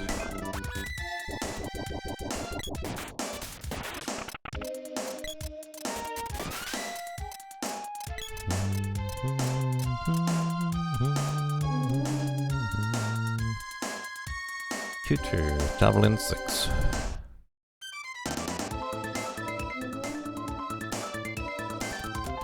And yeah, not weapon skill.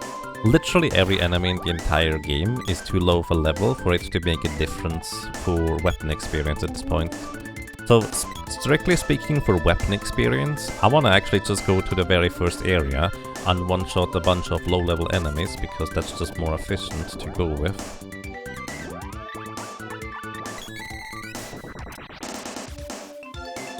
Ooh, look, a chest. A mimic.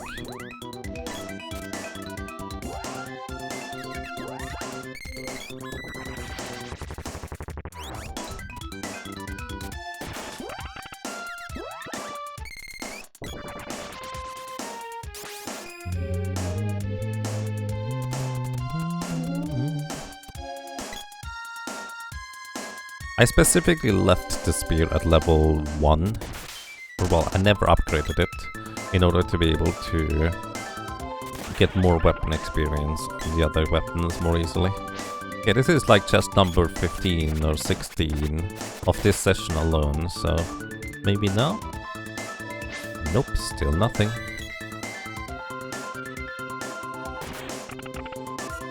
If anybody ever wants to count how many chests we got from the wolves, I would actually be very curious. But that is probably something for the future. By the way, if we are still having frame drops, I am making a local recording, and I will upload it later to YouTube if you'd like to see the full frame drops. Hopefully, at least. I hope the local recording is good. We'll see. Could you not petrify my cactus, please?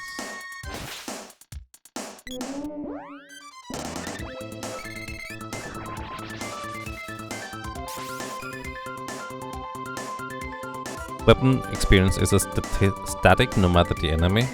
The only difference for weapon experience is how high level the enemy is relative to your level.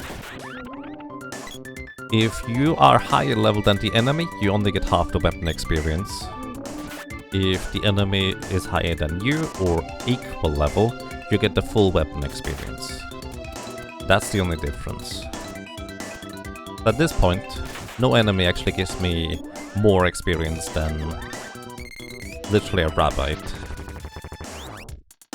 And hey Dartmouth Tango, Happy New Year to you as well, thank you. I hope you're having a good start.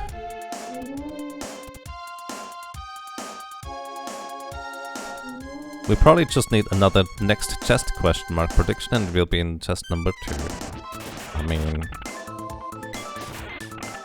don't think that's how it works.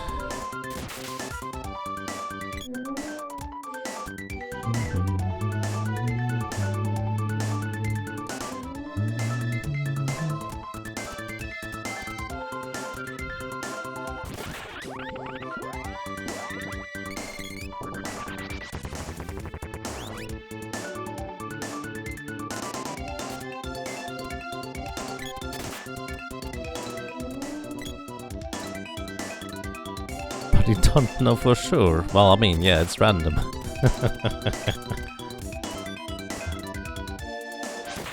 Could always be the 10% chance that the next chest is indeed fit. Or the one afterwards, I suppose.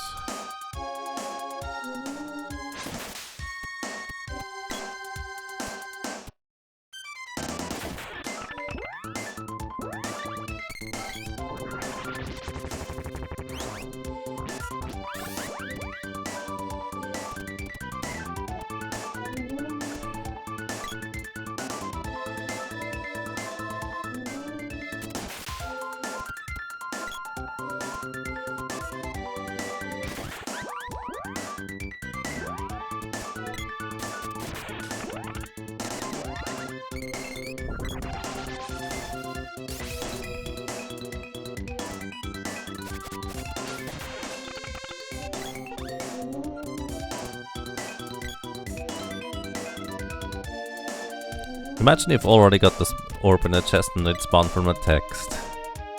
Oh, it didn't spawn from a text. Yeah, that would be mean. The thing is, you get frozen in place significantly longer when you do get a weapon orb. Until the weapon orb messes this place, you cannot move. So that is not really going to be a possibility in this case. Plus, we might have already received the candy at this point. If you get a weapon orb that you already have the maximum amount of in the Mana Fortress, you get a candy in that chest. If you've ever wondered why you got a candy in the Mana Fortress, that's why. Could have been a rabbit from the Shapeshifter too, to be fair.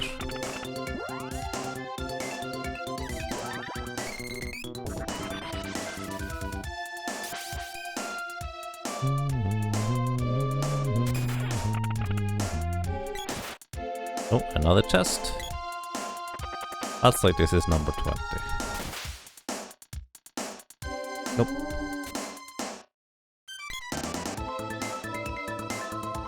Again, I can just move already, so I know it's not the thing. I wonder whether there is the possibility that I literally didn't... Like, now you're making me wonder. Is there a possibility that I did not pay attention for so long that I could have missed the text? I don't think so. But now you're making me doubt myself.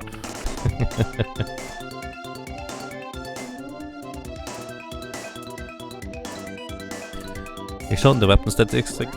Oh yeah, that's a good point. We can check. It does show up. 8 out of 8. So yeah, we have upgraded all the way that we can on this one so far.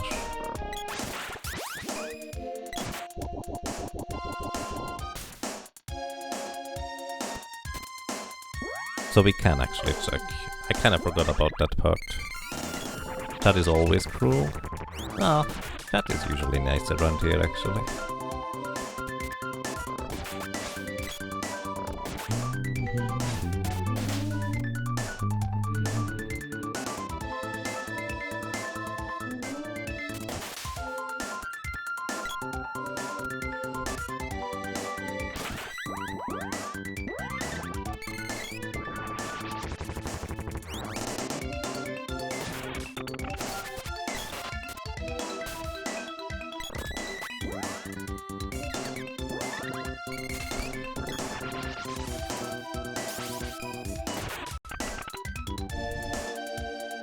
Javelin level 7. Yeah, 9 out of 9 is the highest for every weapon. Even technically the Mana Sword.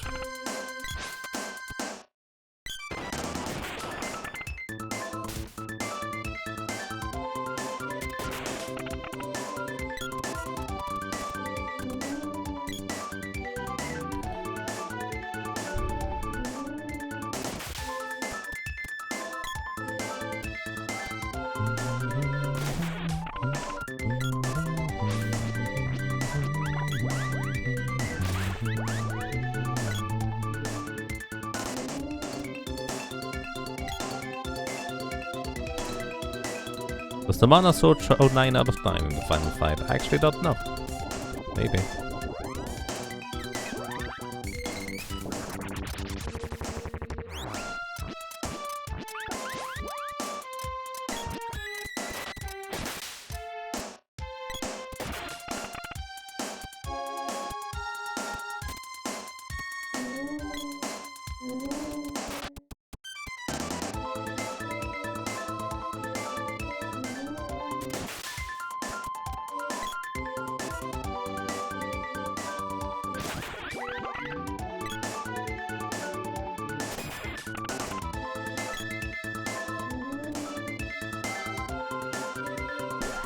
Alrighty, how much more do you need for your weapon? Almost at level 7 with the bow, and the sprite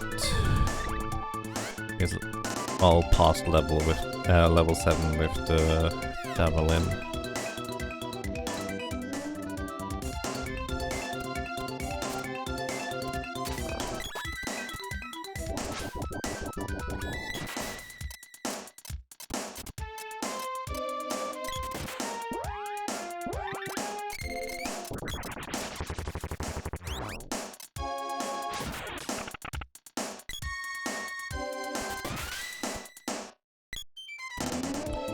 Level 7 bow.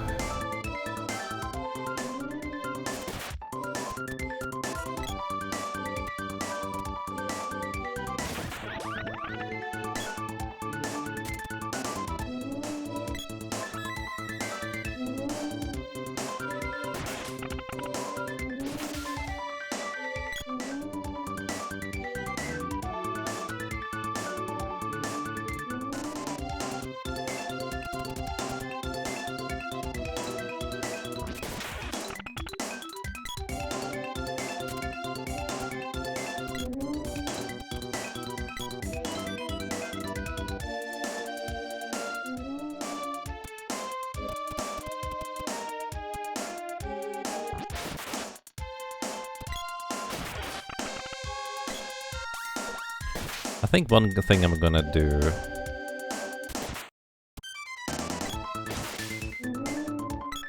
once we have all the other weapons up to 8.99, I'm just gonna leave, upgrade the spear and start working on the spear. I'm reasonably certain I can already start working on the spear, right? No real reason not to. Because the sword will bring up the claw in the end, I think.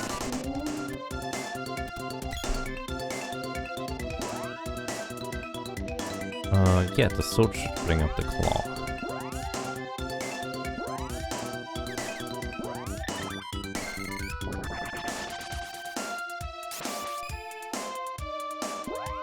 That should not be a problem.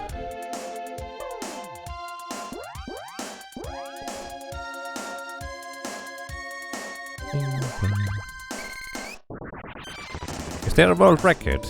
Can't imagine many people running it. Nope, just me.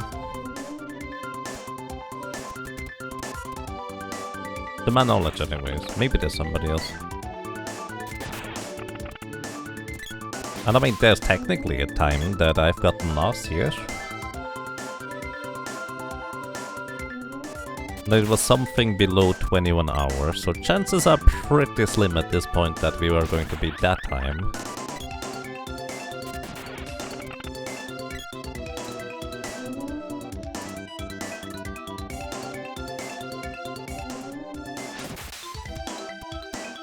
Okay, I think I'm going to run outside and upgrade the javelin, the spear at this point.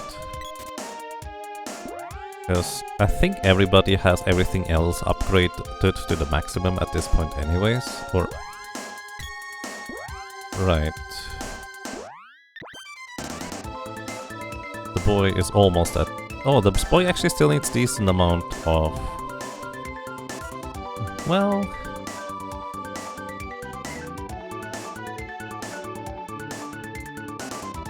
Yeah, it might be a little bit low on the boomerang right there, I guess.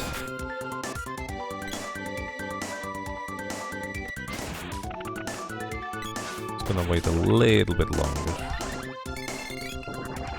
I guess I neglected his leveling for a bit longer than I expect or well thought of.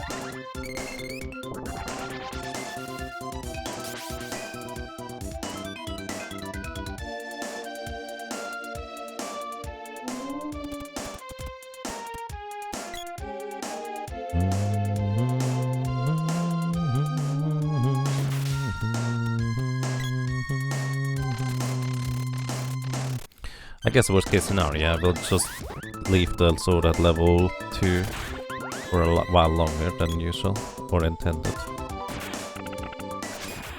I probably should go and upgrade the spear.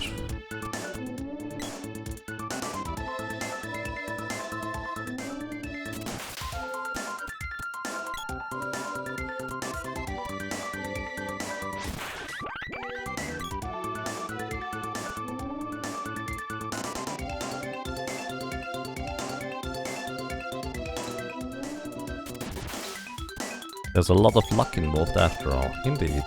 Good routing does help as well for trying to keep the time down.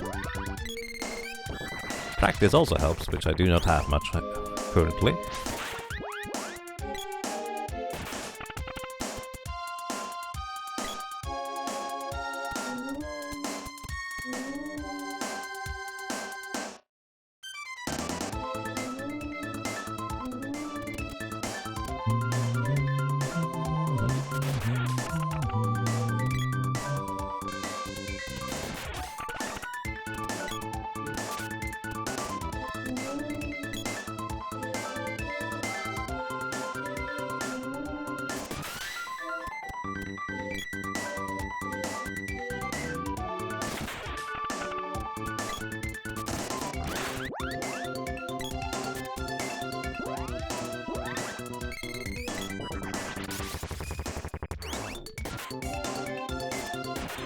Javelin level 8 for the sprite.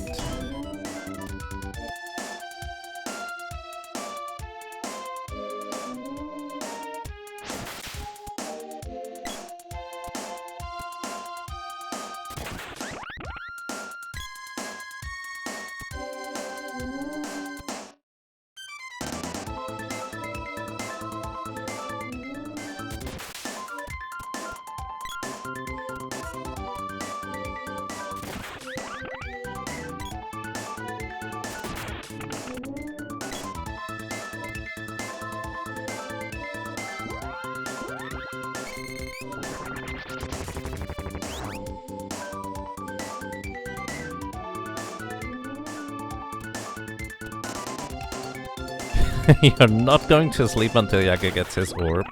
Oh no. Well, I should pick it up then.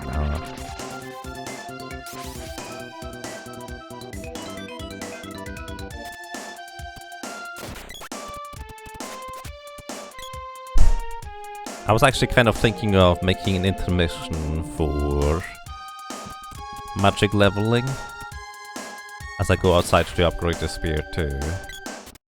But maybe now I shouldn't.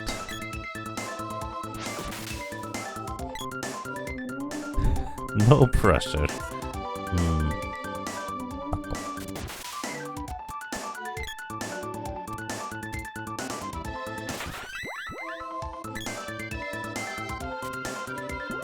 I think this should be...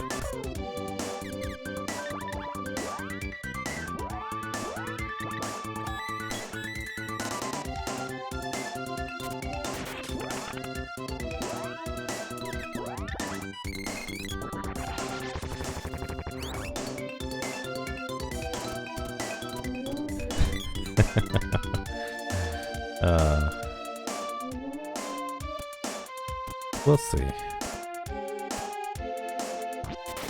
It would be nice to get the thing sometime. Right?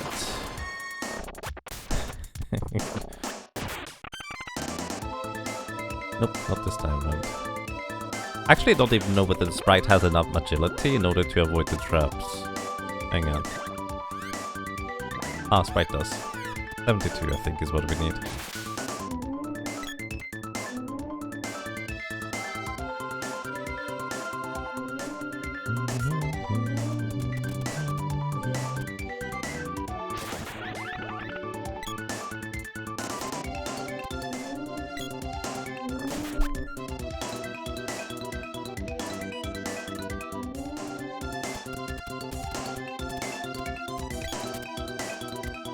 I needed to slow down very slightly there.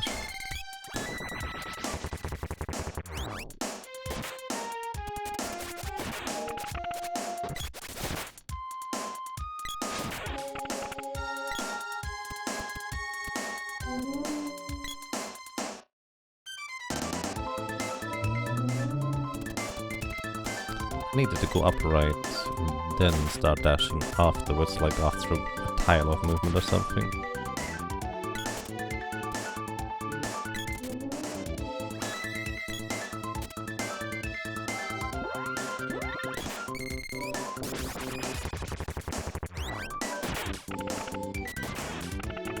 Just.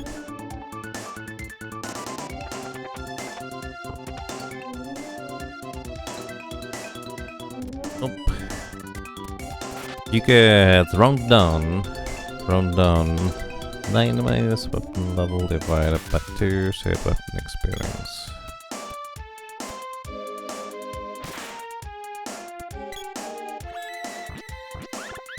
Nope. That is if the enemy is... There's a conditional missing there. You need to divide by 2 again if the enemy is not higher level or equal level compared to me.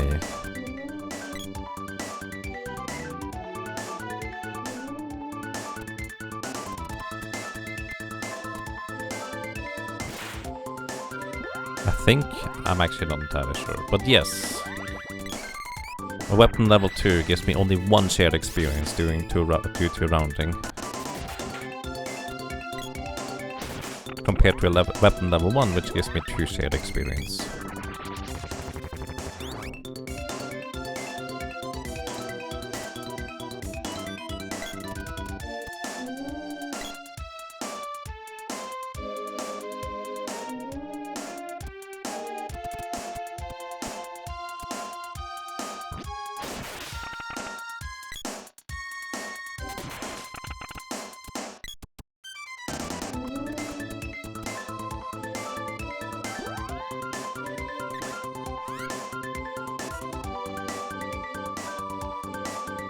Sprite needs just 10 more kills and then they're done. The boy needs a fair bit more and an entire boomerang on top of it. Once we're done with the boy weapon experience here, we're going outside, charge up the spear. I'm reasonably certain you're right that I could have done this a while ago, but I'm just too spooked.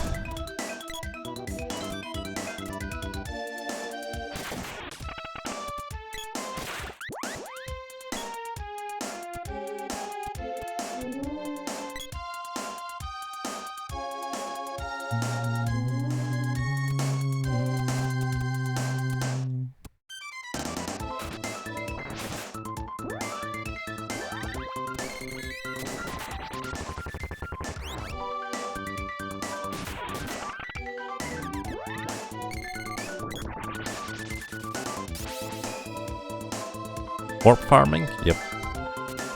Still trying to get that silly claw orb since a while. I think we've been probably here since a bit more than an hour now.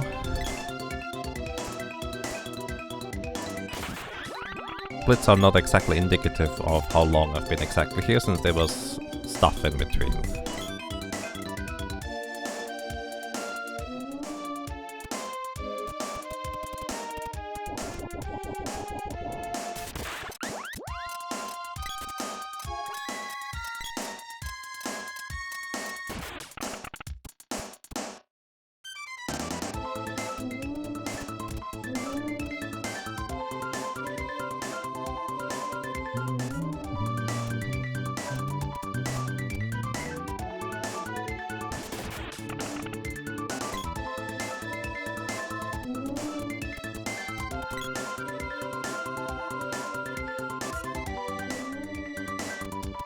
Purely.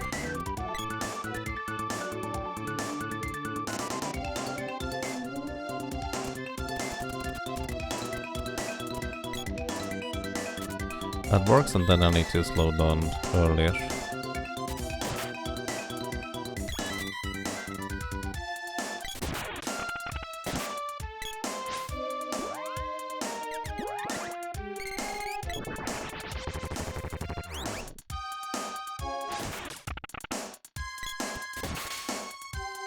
You're back in the stream since 70 minutes. You were here when you opened it. Yeah, that sounds about right. Another fairy ring. Wasn't too hard in the remake. I don't know. I've never actually farmed for stuff in the remake. I've just played through it once, twice. Tried to speedrun it. Wasn't my thing.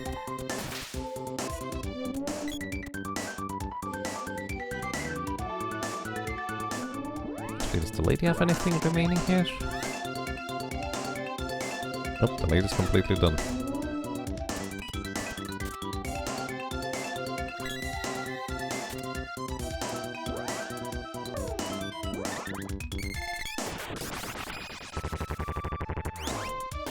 Use the lunar weapon enchant, it's the best for these wolves. It actually backfires if you use the lunar weapon enchant. Like, they get your health instead.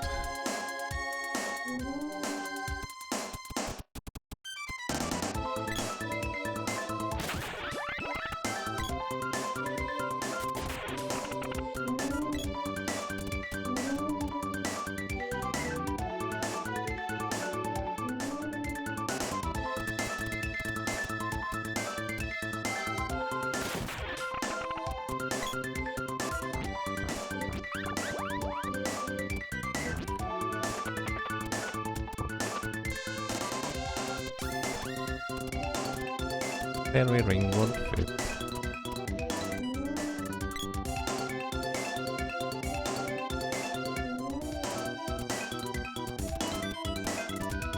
And welcome to you, Pastel Echo.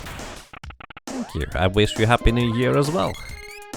Welcome to you, and I hope you have a good start.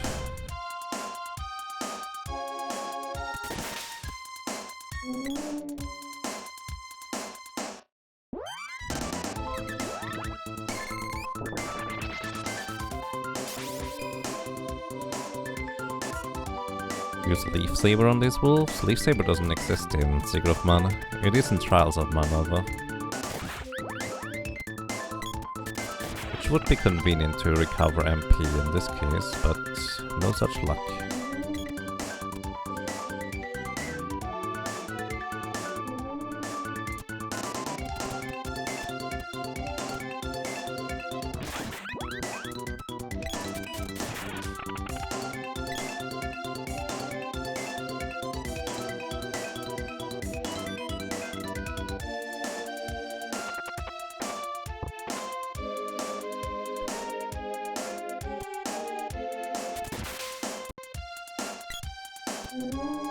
Hey Reldex, thank you for the good luck and happy new year to you as well.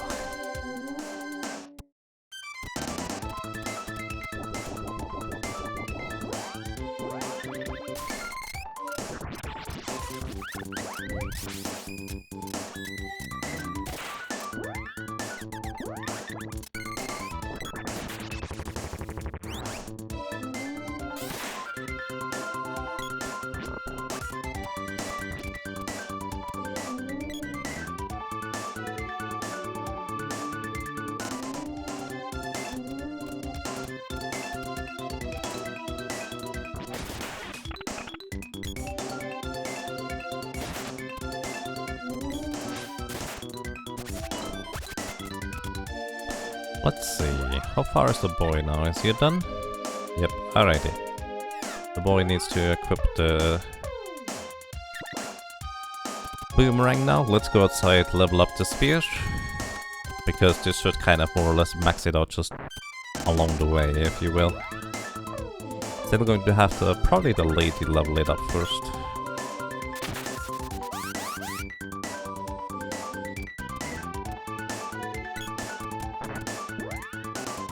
For the last set of weapons, I can just have the spear at 8.00 and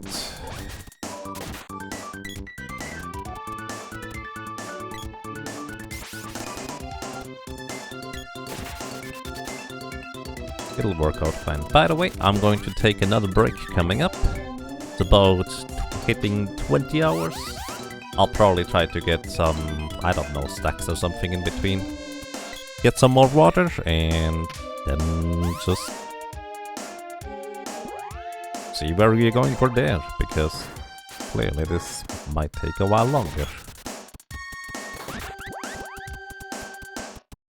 Is the escape rope not working? Nope. I don't know about the remake, but in this one here, you cannot use the escape rope out of the mana fortress. Does not work. You have to walk. Unless there's like some very specific place where you could use this escape rope, but I wouldn't know about that. Time for bed. Alright, Willard. Thank you for dropping by. And I'm sure there will be an orb for you tomorrow. Good night. And rest well.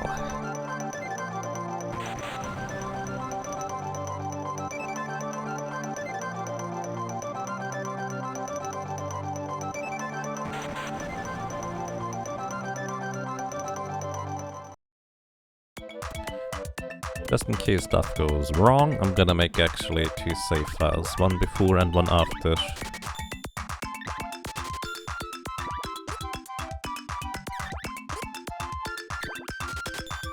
Leveling up the spear.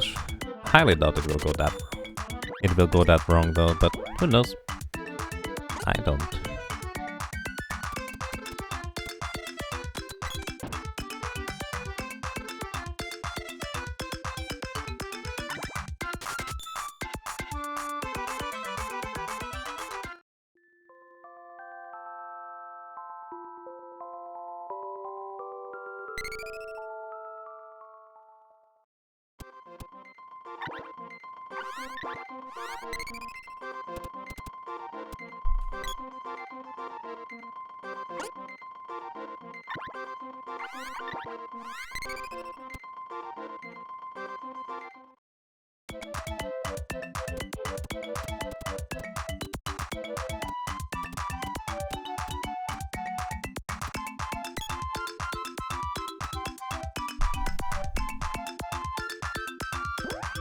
Alrighty, leveling up the spear all the way from 0.